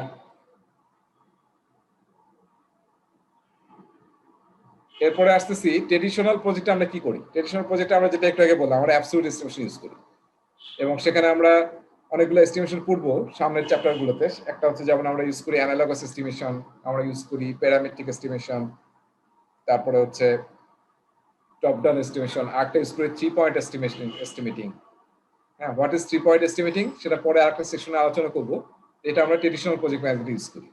আর অ্যাজ ওয়েল আমরা একটু আগে দেখলাম যে আমরা ইউজ করি রিলেটিভ এস্টিমেশন, এবং আমরা যে ইউনিটটা ইউজ করি সেটা হচ্ছে ইউনিটলেস, এবং that is story point use করি। এবং স্টোরি পয়েন্টের যে নাম্বারগুলো, that is actually modified Fibonacci sequence আমরা ইউজ করি। এই রিলেটিভ স্টোরি এস্টিমেশনটা আসলে আমি কিছু বুঝতে পারিনি, মানে কিভাবে জিনিসটা হলো এবং ফিবোনাচ্চি কিভাবে ইউজ হচ্ছে। এজা ভাই আমি কি একটু বলবো? হ্যাঁ আপনি বলেন, রাইট, বেটার। হ্যাঁ বলেন মুসা। হ্যাঁ, গার্মেন্টসে আমি একটা এক্সপেরিয়েন্স আপনাদের সাথে শেয়ার করতে চাই। আগের কালে যেমন যেগুলো ট্রেডিশনাল লাইন ছিল, সেখানে যে কোনো একটা টি শার্ট বা একটা পোলো শার্ট দেখায় বলতো যে এটা পার আওয়ার 200 অথবা পার ডে 1500 2000 পিস আউটপুট দিতে হবে। এটা ছিল জাস্ট এ প্রেশার, মানে উইদাউট এনি ক্যালকুলেশন এটা একটা ঠিক করতো। দেখা যেতেছে যে কখনো এটা বেশি হইতেছে, কখনো এটা কম হইতেছে। আর যখন এটা রিসেন্টলি এটা অ্যাজাইল সিস্টেমে ঢুকে গেল, এখন ওরা এটা এসএমভি করে, স্টিচ মিনিট ভ্যালু, যে একটা গার্মেন্টসের এসএমভি কত, ওই এসএমভি অনুযায়ী আওয়ারে কত মিনিটে এটা সুইং হবে একটা গার্মেন্টস। সে একটার যদি হয় এসএমভি সে 120, তার মানে এটা করতে 2 ঘন্টা লাগবে। তো এখন ওয়ার্ক এটাতে কতজন অপারেটর আছে, কি কাহিনী, এগুলো হিসাব নিকাশ করে টোটাল মিনিট ভ্যালু ওরা বের করে, যে একটা লাইনের মিনিট ভ্যালু আমার আছে সে 50,000। তাহলে এই 50,000 এর থেকে যদি এসএমভি হয় 120, জাস্ট ভাগ দিলেই এটা হয়ে যায় যে টোটাল প্রোডাকশনটা বের হবে, একদম ক্যালকুলেটেড আর কি। তো এই অনুযায়ী আবার কোনটার আবার এসএমভি ভ্যালু সে এটা 60 হইতে পারে, তাহলে প্রোডাকশনটা ডাবল হয়ে যাবে। বাট আগের যে সিস্টেম ছিল যে দেখেই বলতো এটা 100 পিস দিতে হবে, এটা 150 পিস দিতে হবে, 200 পিস দিতে হবে, এইটার চেয়ে বের হয়ে এখন এটা ওরা অ্যাজাইল সিস্টেমে ওই মিনিট ভ্যালু বের করার পরে এটা কিন্তু আরো প্রোডাক্টিভিটি বাইরে গেছে এবং এখানে লুপহোলস অনেক কমে গেছে। আচ্ছা ঠিক আছে, মানে রেজা ভাই এরকম কি এক্সাম্পল দিতে পারি যে রিলেটিভ মানে হলো একটার তুলনায় আরেকটা। যেমন আমি গাড়িতে যাচ্ছি, আমার গাড়িটা যে মুভমেন্ট আছে সেটা বোঝা যাচ্ছে পাশে যদি একটা ফিক্সড অবজেক্ট থাকে, মানে আমি স্টেশন থেকে যখন ট্রেন যাবে তখন মনে হয় যে স্টেশনটা দৌড়াচ্ছে, তার মানে হলো যে একটা রেসপেক্ট, একটা ফিক্সড, তার রেসপেক্ট হলো আরেকটা ইন মোশন। এটা হলো রিলেটিভিটি, থিওরি অফ রিলেটিভিটি। এখন এইখানে হলো যে আমি রিলেটিভ হলো একটা রেসপেক্টে, এই যে দুইটা ছিল পুতুল, এই দুইটার ভিতরে একটাকে আমার ফিক্সড করতে হবে। যদি ছোটটা ফিক্স করি, ছোটটার রেসপেক্ট ওইটা বড়, আর যদি বড়টাকে ফিক্সড করি তাহলে বড়টার রেসপেক্ট এটা ছোট। মানে জাস্ট একটার সাথে একটা তুলনা করা, একটাকে বেস ধরতে হবে এখানে। সেই বেসটা হলো আইদার বড়টা ধরি অথবা ছোটটা ধরি। আচ্ছা আরিফ, আপনি এই পর্যন্ত বুঝছেন তো না? আরিফ কি আছেন না? কি হলো? আরিফই তো প্রশ্ন করলো না। হ্যাঁ আরিফ কি আছেন? আমরা ফিবোনাচ্চি সিকোয়েন্স নিয়ে যেটা বলছি, এটা সামনে আরো ডিটেল বলবো, তো সেটা নিয়ে এখন ঘাবড়ানোর কিছু নাই। মানে একটু বুঝছেন কিনা যে তুলনা করা? হ্যাঁ সেটা বুঝতে পারছি। হ্যাঁ, আর ফিবোনাচ্চি সিকোয়েন্স এবং নাম্বার এবং কিভাবে কাজ করে ওটা নিয়ে আমরা আরো পরে, আজকে লাস্ট টপিক ছিল কিন্তু অতদূর মনে আজকে যেতে পারবো না। হ্যাঁ, তখন আমরা একটা নিজেরা গেম খেলবো, গেমটার নাম হচ্ছে প্ল্যানিং পোকার। প্ল্যানিং পোকার গেম খেলে আমরা দেখবো যে আসলে কিভাবে স্টোরি পয়েন্ট বের করা হয়। ঠিক আছে, তখন আপনার ক্লিয়ার হবে। এখন আসলে জাস্ট রিলেটিভ এস্টিমেশনটা বুঝলেই হবে। ওকে আচ্ছা, ট্রেডিশনাল প্রজেক্টে আমরা কি করি? টাস্ক অ্যাকাউন্টেবিলিটি এনশিওর করি অ্যাসাইন করে। ঠিক আছে, সো দেখেন একটা জিনিস কিন্তু মনে রাখতে হবে, ট্রেডিশনাল প্রজেক্টে আমরা যাই বলি না কেন, আমি কিন্তু ক্লাসে সবসময় বলতাম একটা কথা, যে ট্রেডিশনাল প্রজেক্টে কি করা হয়, প্রজেক্টকে ভেঙে এটা তো অনেকেই জানেন যে প্রজেক্টে ভেঙে আমরা WBS তৈরি করি, WBS কম্পোনেন্ট, ওয়ার্ক ব্রেকডাউন, হ্যাঁ ওয়ার্ক ব্রেকডাউন স্ট্রাকচার তৈরি করি। এভাবে আমরা ব্রেকডাউন করে করে একদম স্মলার কম্পোনেন্ট চলে যাই। একদম সব শেষের যে কম্পোনেন্ট এটাকে বলা হয় ওয়ার্ক প্যাকেজ, তাই না? সেই ওয়ার্ক প্যাকেজটা ব্রেকডাউন করে আমরা তারপর বের করি টাস্ক, যে এই ওয়ার্ক প্যাকেজটা ডেলিভারি দেওয়ার জন্য কি কি কাজ করতে হবে। টাস্ক শব্দটা পিএম ব্লকে ইউজ হয় নাই, সবসময় অ্যাক্টিভিটি বলা হতো, কি কি অ্যাক্টিভিটি করলে বা টাস্ক করলে এই ওয়ার্ক প্যাকেজটা ডেলিভারি হবে। আচ্ছা, অ্যাজাইলে কি করা হয়? অ্যাজাইলে আসলে প্রজেক্টকে অ্যাজাইলে শুরু হয় ভিশন থেকে। আচ্ছা, আমার মনে হয় এটা আমি একটু হোয়াইট বোর্ডে করি, কারণ এই কনসেপ্টটা আপনাদের একটু মাথায় ছবি আঁকলে আসবে এবং এটা আমার খুব দরকার যাতে আপনাদের মাথায় থাকে। আমি একটু হোয়াইট বোর্ডে যাচ্ছি। So we are learning lot of new things, huh? So দেখেন, ট্রেডিশনাল প্রজেক্ট ম্যানেজার কি করি আমরা? প্রজেক্টকে ব্রেকডাউন করে, আমি পিট মানে প্রজেক্ট, ব্রেকডাউন করে WBS তৈরি করি। WBS এর সব শেষে থাকে ওয়ার্ক প্যাকেজ, আর ওয়ার্ক প্যাকেজের সব শেষে থাকে টাস্ক বা অ্যাক্টিভিটি। এটা হচ্ছে বাম সাইডের ট্রেডিশনাল। আর আমরা অ্যাজাইলে কি করি দেখেন, অ্যাজাইলে আমরা প্রথমে বানাই ভিশন স্টেটমেন্ট, যে আমরা প্রোডাক্ট ভিশন বুক তৈরি করি, যে আমরা কোথায় যেতে চাই, ভিশন। সেটা থেকে আমরা বের করি রোড ম্যাপ, যে আমরা কোন সময় কতটুকু পৌঁছবো, আমরা রোড ম্যাপ। ঠিক আছে, রোড ম্যাপের পর তৈরি করি আমরা রিলিজ। এই রোড ম্যাপে পৌঁছতে আমাদের কয়টা রিলিজ দিতে হবে, রিলিজ 1, রিলিজ 2, রিলিজ 3 এরকম। তারপর রিলিজের নিচে থাকা হচ্ছে ইটারেশনস। একটা রিলিজকে কমপ্লিট করার জন্য আমাদের কত ইটারেশন লাগবে, ইটারেশন 1, ইটারেশন 2, এভাবে করে ইটারেশন n একটা রিলিজের আন্ডারে। একটা ইটারেশনের আন্ডারে কি থাকে হচ্ছে ইউজার স্টোরি। যেই ইটারেশনে আমরা কয়টা ইউজার স্টোরি ডেলিভারি দেব, সেটা কয় থেকে নিলাম, প্রোডাক্ট ব্যাকলগ থেকে ইউজার স্টোরি নিলাম। সেই ইউজার স্টোরিকে ব্রেকডাউন করে আমরা তৈরি করি টাস্ক। সো দেখেন, দুইটার মধ্যে কিন্তু রিলেশন আছে, তাই না? এখানে ইউজার স্টোরিকে ভেঙে টাস্ক বানাই, আর এখানে ওয়ার্ক প্যাকেজকে ভেঙে টাস্ক বানাই। আর এর আগের যে লেভেলগুলো আছে সেটা কিন্তু সিমিলার। এই WBS এ কিন্তু অনেক লেভেল থাকে, মেজর কম্পোনেন্ট, সাব কম্পোনেন্ট এরকম থাকে। সেটা কিন্তু এখানে ভিশন, রোড ম্যাপ, রিলিজ, দেন হচ্ছে আমার ইটারেশন, তার আন্ডারে হচ্ছে ইউজার স্টোরি। সো দুই ধরনের প্রজেক্টে কিন্তু আমরা এই দুই ধরনের ব্রেকডাউনটা করি। এখন আমি একটা কথা এখানে বলতে যাচ্ছিলাম, সেটা হচ্ছে যখন আমরা প্রজেক্টকে ভেঙে ছোট ছোট সাব কম্পোনেন্টে তৈরি করি, ম্যানেজেবল কম্পোনেন্টে তৈরি করি, তখন কিন্তু আমরা বলছিলাম এই কথাটা, যে তখন আমরা ব্রেকডাউনের সময় তাদেরকে ইনভলভ করব যারা সেই ওয়ার্ক প্যাকেজে এক্সপার্ট।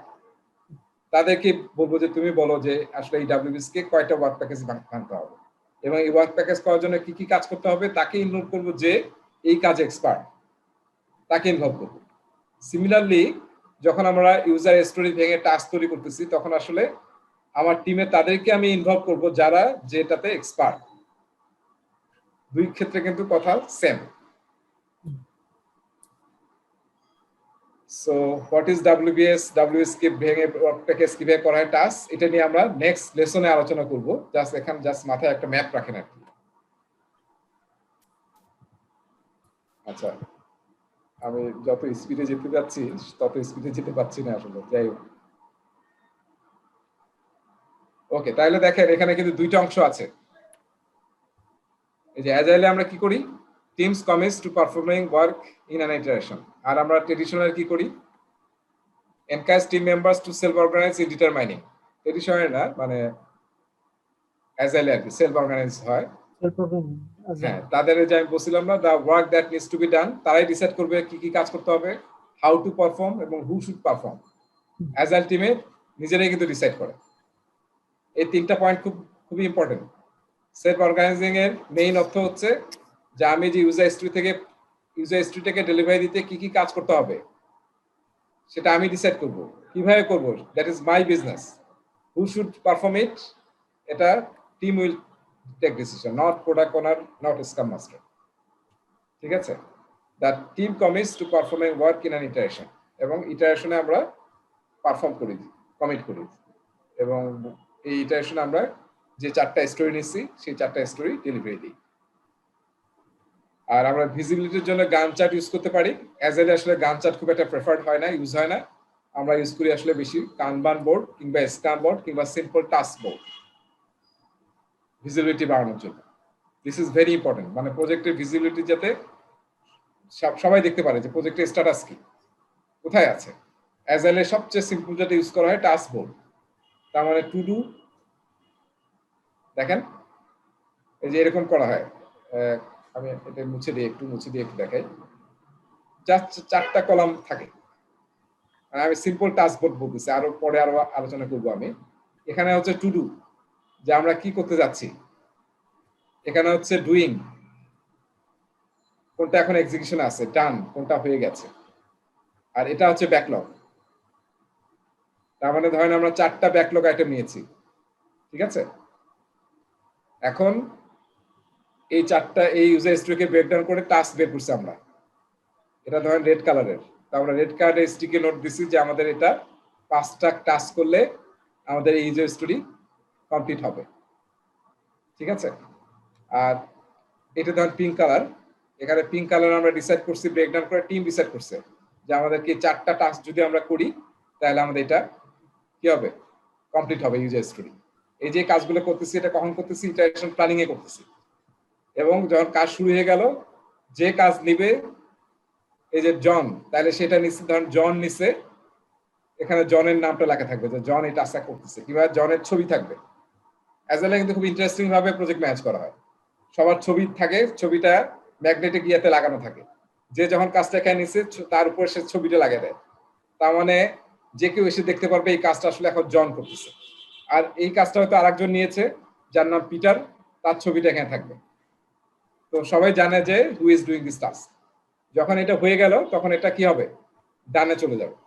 এরপরে তখন আমি আরেকটা কাজ নেব আমি।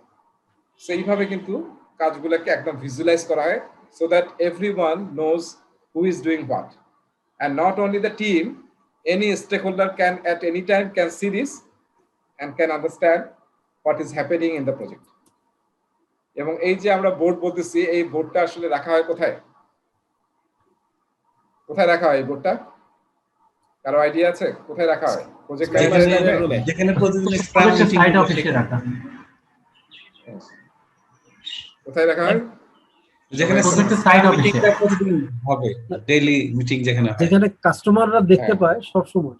হ্যাঁ, মানে এমন জায়গায় রাখতে হবে যেটা আসলে হাইলি ভিজিবল, যেখানে ইয়া বেশি, কি বলে, হাইলি ভিজিবল, ট্রাফিক বেশি। হ্যাঁ, ভাই, হাইলি ট্রাফিক বেশি এনি টাইম। রেজা ভাই অ্যাটলাসিয়ানের জিরা টুলটা ইউজ করি আর কি, এই কানবান বোর্ড। হ্যাঁ, রাইট। তোমার জ্ঞান চার্টের। হ্যাঁ, রেজা ভাই পিজা হাউস পিজা ইনে একটা ই থাকে যে এই মাসের কে মানে মান্থ অফ দা কি ম্যান অফ দা মান্থ, হ্যাঁ, এরকম দিয়ে তার সব নাম অ্যাডজাস্টারেস বয়স্টার্স দেওয়া থাকে, ছবি একটা। এটা তো অনেকটা সেই টাইপেরই মনে হচ্ছে এটা। হ্যাঁ, এটা ইয়া মানে অ্যাকোলেট বোর্ড আর কি।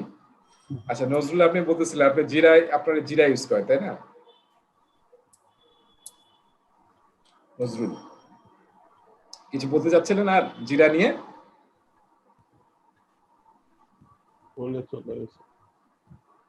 বলে আচ্ছা আচ্ছা, একটা জিনিস একটু মনে রাখেন, সেটা হচ্ছে যে অ্যাজাইল যদিও সফটওয়্যার থেকে আসছে, কিন্তু ইন্টারেস্টিং হচ্ছে অ্যাজাইল আসলে প্রেফার করে লো টেক হাই টাচ। এই শব্দটা একটু লিখে রাখেন, এটা আসলে হাই টাচ। এই যে আমরা বললাম না একদম ট্রাফিক জায়গায় রাখি, এবং আমরা কি স্টিকে নোট কিংবা কাগজ, ইন্ডেক্স কার্ড, পিন দিয়ে রাখতেছি, পুশ করতেছি, ছবি দিয়ে লাগিয়ে রাখতেছি। So all are actually low tech but high touch, আমরা টাচ করতেছি, বুঝতে পারছেন? সো এটা কিন্তু অ্যাজাইলে প্রেফার করা হয়। ইভেন আপনারা যদি, আমরা এক্সবক্স জানি না, মাইক্রোসফটের গেমিং প্ল্যাটফর্ম এক্সবক্স, জি ভাই, এক্সবক্সের যদি দেখেন, এক্সবক্সের যে প্রজেক্ট ম্যানেজার ছিল তার একটা বই আছে, পুরা প্রজেক্টে উনি কানবান বোর্ড ইউজ করছে। হ্যাঁ, এবং পুরা সব কাগজ কলমে। ওরা তো সফটওয়্যার ফার্ম, মাইক্রোসফট আসলে ওয়ান অফ দ্য লার্জেস্ট, তাই না, টপের 1, 2, 3-এর মধ্যে। কিন্তু তারা এই যে এক্সবক্স প্রোডাক্টটা যে ডেভেলপ করছে, তাদের টুল ছিল ফুলি হচ্ছে এরকম একদম দেওয়ালের মধ্যে বিভিন্ন স্টিকি নোটস, বিভিন্ন কালারের। আপনাদের ওকে বই থেকে দুই একটা ছবি আপনাদের দেখাবো যে পুরো এক্সবক্স তৈরি করার সময় তারা কিভাবে প্রজেক্ট ম্যানেজ করছে। Only they use the Kanban board, not any sophisticated software. সবচেয়ে সফটওয়্যার ফর্মে যেটা ইউজ হয় সেটার নাম হচ্ছে জিরা। যেমন নজরুল ওনারা বলতেছেন যে কনা সফটওয়্যার ফর্ম ইউজ করেন, তো জিরা একটা সফটওয়্যার যেটা দিয়ে আসলে আমরা এই কানবান বোর্ড এবং ফুল অ্যাজাইলের সমস্ত কিছু ম্যানেজ করতে পারি। অ্যাজাইলের যতগুলো আমরা টুল টেকনিক শিখতেছি। ট্রেডিশনাল প্রজেক্ট ম্যানেজমেন্টে আমরা নরমালি গ্যান্ট চার্ট ইউজ করি। অ্যাজাইলেও গ্যান্ট চার্ট ইউজ করা যায়, ইভেন আপনি যে জিরা এসব থেকেও এখন আসলে গ্যান্ট চার্টও তৈরি করা যায়। কিন্তু গ্যান্ট চার্ট খুবই অপছন্দের জিনিস অ্যাজাইল টিমের কাছে। ঠিক আছে, তাহলে দেখেন আমরা লাস্টে চলে আসছি। এই কথাগুলো অলরেডি আমি যে হোয়াইট বোর্ডে বলতেছিলাম যে আমরা traditional project management work breakdown করি। Tasks to produce the deliverables are identified preferably by the team member, যেটা আমি বলতেছিলাম, who will be performing the work. যে কাজটা করবে তাকেই বলেন ওয়ার্ক প্যাকেজকে ভেঙে টাস্ক তৈরি করতে। That is the best thing. নিজে নিজে করে যদি ইম্পোজ করেন তাহলে কিন্তু টিমের বাই ইন পাবেন না, মানুষকে জোর করে কাজ করানো খুব টাফ। ঠিক আছে, আর তারপরে আমরা আসলে টাস্ক অ্যাসাইন করি, ট্র্যাক করি এবং ম্যানেজ করি। আর অ্যাজাইলে আমরা যেটা বললাম যে তারাই করে যারা নিজেরাই করবে, টিম করে দেমসেলভস, অ্যাসাইন করে নিজেরাই, এবং ইটারেশন প্ল্যানিং এ এই কাজটা আমরা করি। ঠিক আছে, আমার কথা বলে এখানে আসছে। আচ্ছা, রেট্রোস্পেক্টিভে কি করা হয়? কি করা হয় অলরেডি আমরা জানি। এই যে 5টা স্টেপস, এই 5টা স্টেপ জেনারেলি রেট্রোস্পেক্টিভে ফলো করা হয়। ঠিক আছে, প্রথম কি সেট দা স্টেজ। আমরা প্রথমে স্টেজ তৈরি করি। স্টেজ তৈরি করা মানে কি, মানে সবাই চেক ইন করা, সবাই প্রেজেন্ট হওয়া, অনেক সময় কিছু ফান গেমিং হয় জাস্ট কোলাবোরেশন ইন্টারঅ্যাকশনের জন্য। দেন গ্যাদার এন্ড শেয়ার ডাটা। ওই যে আমরা what went well, what went রং, অথবা স্টপ ডুইং, কিপ ডুইং, অথবা স্টার্ট ডুইং আমরা গ্যাদার করি। তারপরে প্রতিটা আইটেম নিয়ে আমরা ইনসাইট চিন্তা ভাবনা করি। ঠিক আছে, তারপর যদি কোনো প্রবলেম হয় যেটা আমাদেরকে আসলে স্টপ করছিল বা কোনো বড় প্রবলেম হচ্ছিল সেটা আমরা অ্যানালাইসিস করি। সেখানে অনেক সময় আমরা 5 হোয়াই ইউজ করি, 5 হোয়াই বা 3 হোয়াই ইউজ করি। এটা নিয়ে আমরা পরে কথা বলবো। তারপরে আমরা ডিসাইড করি একটা দুইটা আইটেম, মেক ডিসিশনস, যে এক্সপেরিমেন্টের জন্য নেক্সট ইটারেশন আমরা ইউজ করব। তারপরে আমরা সবাইকে ধন্যবাদ দিয়ে চকলেট দিয়ে আমরা কি করি, মিটিংটাকে শেষ করি। সো এই চারটা, যে মেইনলি চারটা, set the stage, gather and share data, generate insight and make decisions, তারপরে আমরা ক্লোজ করি। So retrospective generally agile team এইভাবে করে থাকে। সো এটা আসলে এটার একটা বই আছে, বইটা দাঁড়ান আমি বইটা একটু দেখাই। এই বইটা আসলে অ্যাজাইল লোকজন ইউজ করে, একটু বইটা দেখাচ্ছি, আমার কাছে এখানে বোধহয় আছে। নামটা কি যেন, ডার্বি।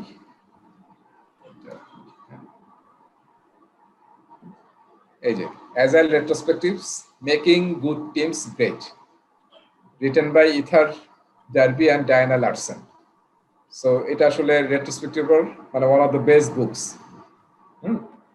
সো সেখান থেকে আসলে জিনিসটা নেওয়া হয়েছে, যে দেখছেন যে set the stage, gather data, generate insight, decide what to do. এই যে চারটা কথা শুনতেছি কিন্তু স্লাইড দেখতে পাচ্ছি না। ও সরি,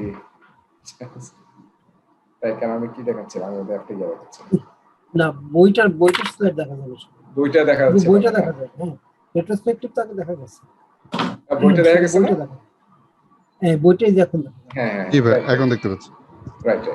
এই যে এটা মানে one of the best books রেট্রোস্পেক্টিভের উপরে, written by Esther Derby and Diana Larson.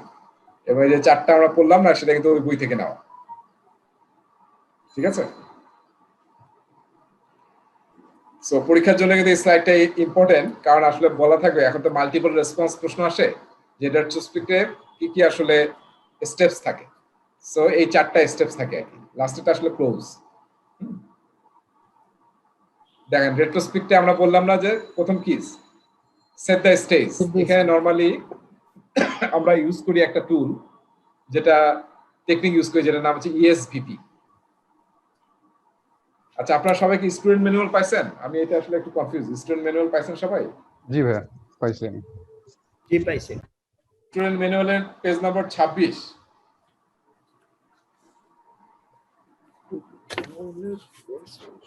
Page number 26। আজকে এটা করে আমরা শেষ করবো, একটু 5 মিনিট একটু বেশি লাগবে। পেজ নাম্বার 26 দেখেন তো। আচ্ছা, আমি বই দেখে লাভ নাই, আমি জি সফট ভাইয়া, কপি দেখি। empowering team members and stakeholders. Right, এই যে বিল দেব আমরা কোটা বলে এটা। হ্যাঁ, আচ্ছা, এখানে এই যে আমরা এটা দেখতেছিলাম, এই যে এখানে প্রশ্ন আছে, যেহেতু আমারটা আসলে ইনস্ট্রাক্টর ম্যানুয়াল, এই জন্য অ্যান্সারও দেখা যাচ্ছে। সেই অ্যান্সার গুলো কিন্তু আপনাদেরও আছে স্টুডেন্ট ম্যানুয়ালের লাস্টের সলিউশন চ্যাপ্টারে কিন্তু আছে। হ্যাঁ, আচ্ছা।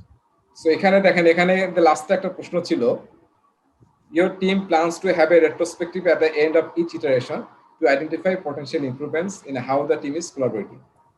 While there are many techniques for running a retrospective, আমরা কিন্তু একটা দেখলাম ওই যেটা ডারবির বই থেকে এখানে দেওয়া আছে। What are some of the key activities common in many retrospectives?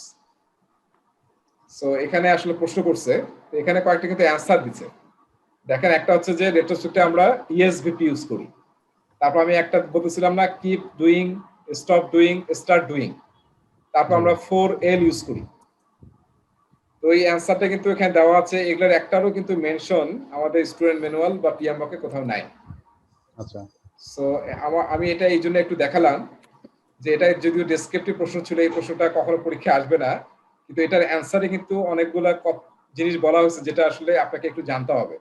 কারণ হঠাৎ করে হয়তো দেখবেন যে পরীক্ষায় প্রশ্ন চলে আসছে, অন্তত যাতে আমাদের ধারণা থাকে যে আসলে এটা কি। এই জন্য অ্যান্সার গুলা নিজেরা দেওয়ার চেষ্টা করবেন। তারপর আপনি অ্যান্সার শিট দেখে দেখবেন যে ওখানে নতুন কোনো ইনফরমেশন আছে কিনা, সেটার উপরে কিছু আইডিয়া আমাদের থাকতে হবে। সো এই যে এই তিনটা জিনিস আমরা দেখলাম, এই তিনটা নিয়ে আমি অলরেডি কথা বলছি, keep doing, stop doing, start doing. আমরা যখন ইনসাইট তৈরি করি তখন আমরা কিপের মধ্যে দেখেন অ্যাজাইল টিম কিভাবে করে। দেখেন, আমি একটু আবার ইয়াতে যাই, স্লাইড দেখা যাচ্ছে? স্লাইড দেখা যাচ্ছে তো না? জি দেখা যাচ্ছে। আচ্ছা, এটা হচ্ছে চেক ইন অ্যাক্টিভিটি, মানে প্রথম স্টেপটা চেক ইন করার সময় আমরা এরকম 4টা টিকিট তৈরি করতে পারি, এক্সপ্লোরার, শপার, ভ্যাকেশনার, প্রিজনার। হ্যাঁ, এবং মানে এরকম ইয়া থাকে আর কি, ঢোকার সময় 4টা চেক বক্স থাকে, একটা হচ্ছে এক্সপ্লোরার, একটা হচ্ছে শপার, ভ্যাকেশনার, প্রিজনার। যখন কেউ চেক ইন করতেছে, রুমে আসতেছে রেট্রোস্পেক্ট করার জন্য, সে অ্যানোনিমাসলি, কোনো নাম লাগবে না, সে টিক দিবে যে আমি কি শপার, নাকি আমি এক্সপ্লোরার, নাকি ভ্যাকেশনার, নাকি প্রিজনার। ঠিক আছে, এটা একটা স্যাম্পল এক্সাম্পল আর কি। এটাকে বলা হয় ইএসভিপি, ওখানে উল্লেখ আছে, যেটা আমি একটু আগে এখানে দেখালাম। এই যে ইএসভিপি, এটা একটা চেক ইন অ্যাক্টিভিটি। ইএসভিপি মানে কি? ই মানে হচ্ছে এক্সপ্লোরার, ভি মানে হচ্ছে ভ্যাকেশনার, এস হচ্ছে শপার, পি হচ্ছে প্রিজনার। তার মানে এক্সপ্লোরার মানে হচ্ছে যিনি আসলে সবচেয়ে বেস্ট আসছেন যাতে রেট্রোস্পেক্টটা সাকসেসফুল হয় এবং এক্সপ্লোর করবেন কে কি নতুন জিনিস শিখলো বা উনি কি শিখলেন, লেসন লার্ন, সেটা করার জন্য উনি এক্সপ্লোর করতে আসছেন। আরেকজন বললো শপার মানে হচ্ছে যে সে আসলে বাজারে আসছে, এখন 2-1টা জিনিস পছন্দ হলে নিবে, না হলে আসলে না নিয়ে চলে যাবে। This is shopper. এই অ্যাটিটিউড নিয়ে একজন রেট্রোস্পেক্টে আসতেছে। আর ভ্যাকেশনার কি? তার আসলে ডেস্কে বসে থাকতে থাকতে খারাপ লাগতেছে, এখন আসছে যে দেখি যে কি হয় এখানে, ভ্যাকেশনের মোডে আছে আর কি। আর একজন প্রিজনার, সে রুমে ঢোকার সময় ভাবতেছে আল্লাহ এটা কখন শেষ হবে, এই প্রতি ইটারেশনের পরে যে একটা জ্বালা, হ্যাঁ, জোর করে নিয়ে আসছে, ফিলিং প্রিজনার। সো ইভেন অ্যাজেলে বলা হয়, যদি আপনি দেখেন যে আপনার টিমে হয়তো 10 জন, এর মধ্যে বেশিরভাগই প্রিজনার দিছে সিলেক্ট করছে, নাম জানেন না কে দিছে, কিন্তু দেখলেন যে 7 জনের প্রিজনার দিছে, তাহলে কি করা উচিত বলেন তো?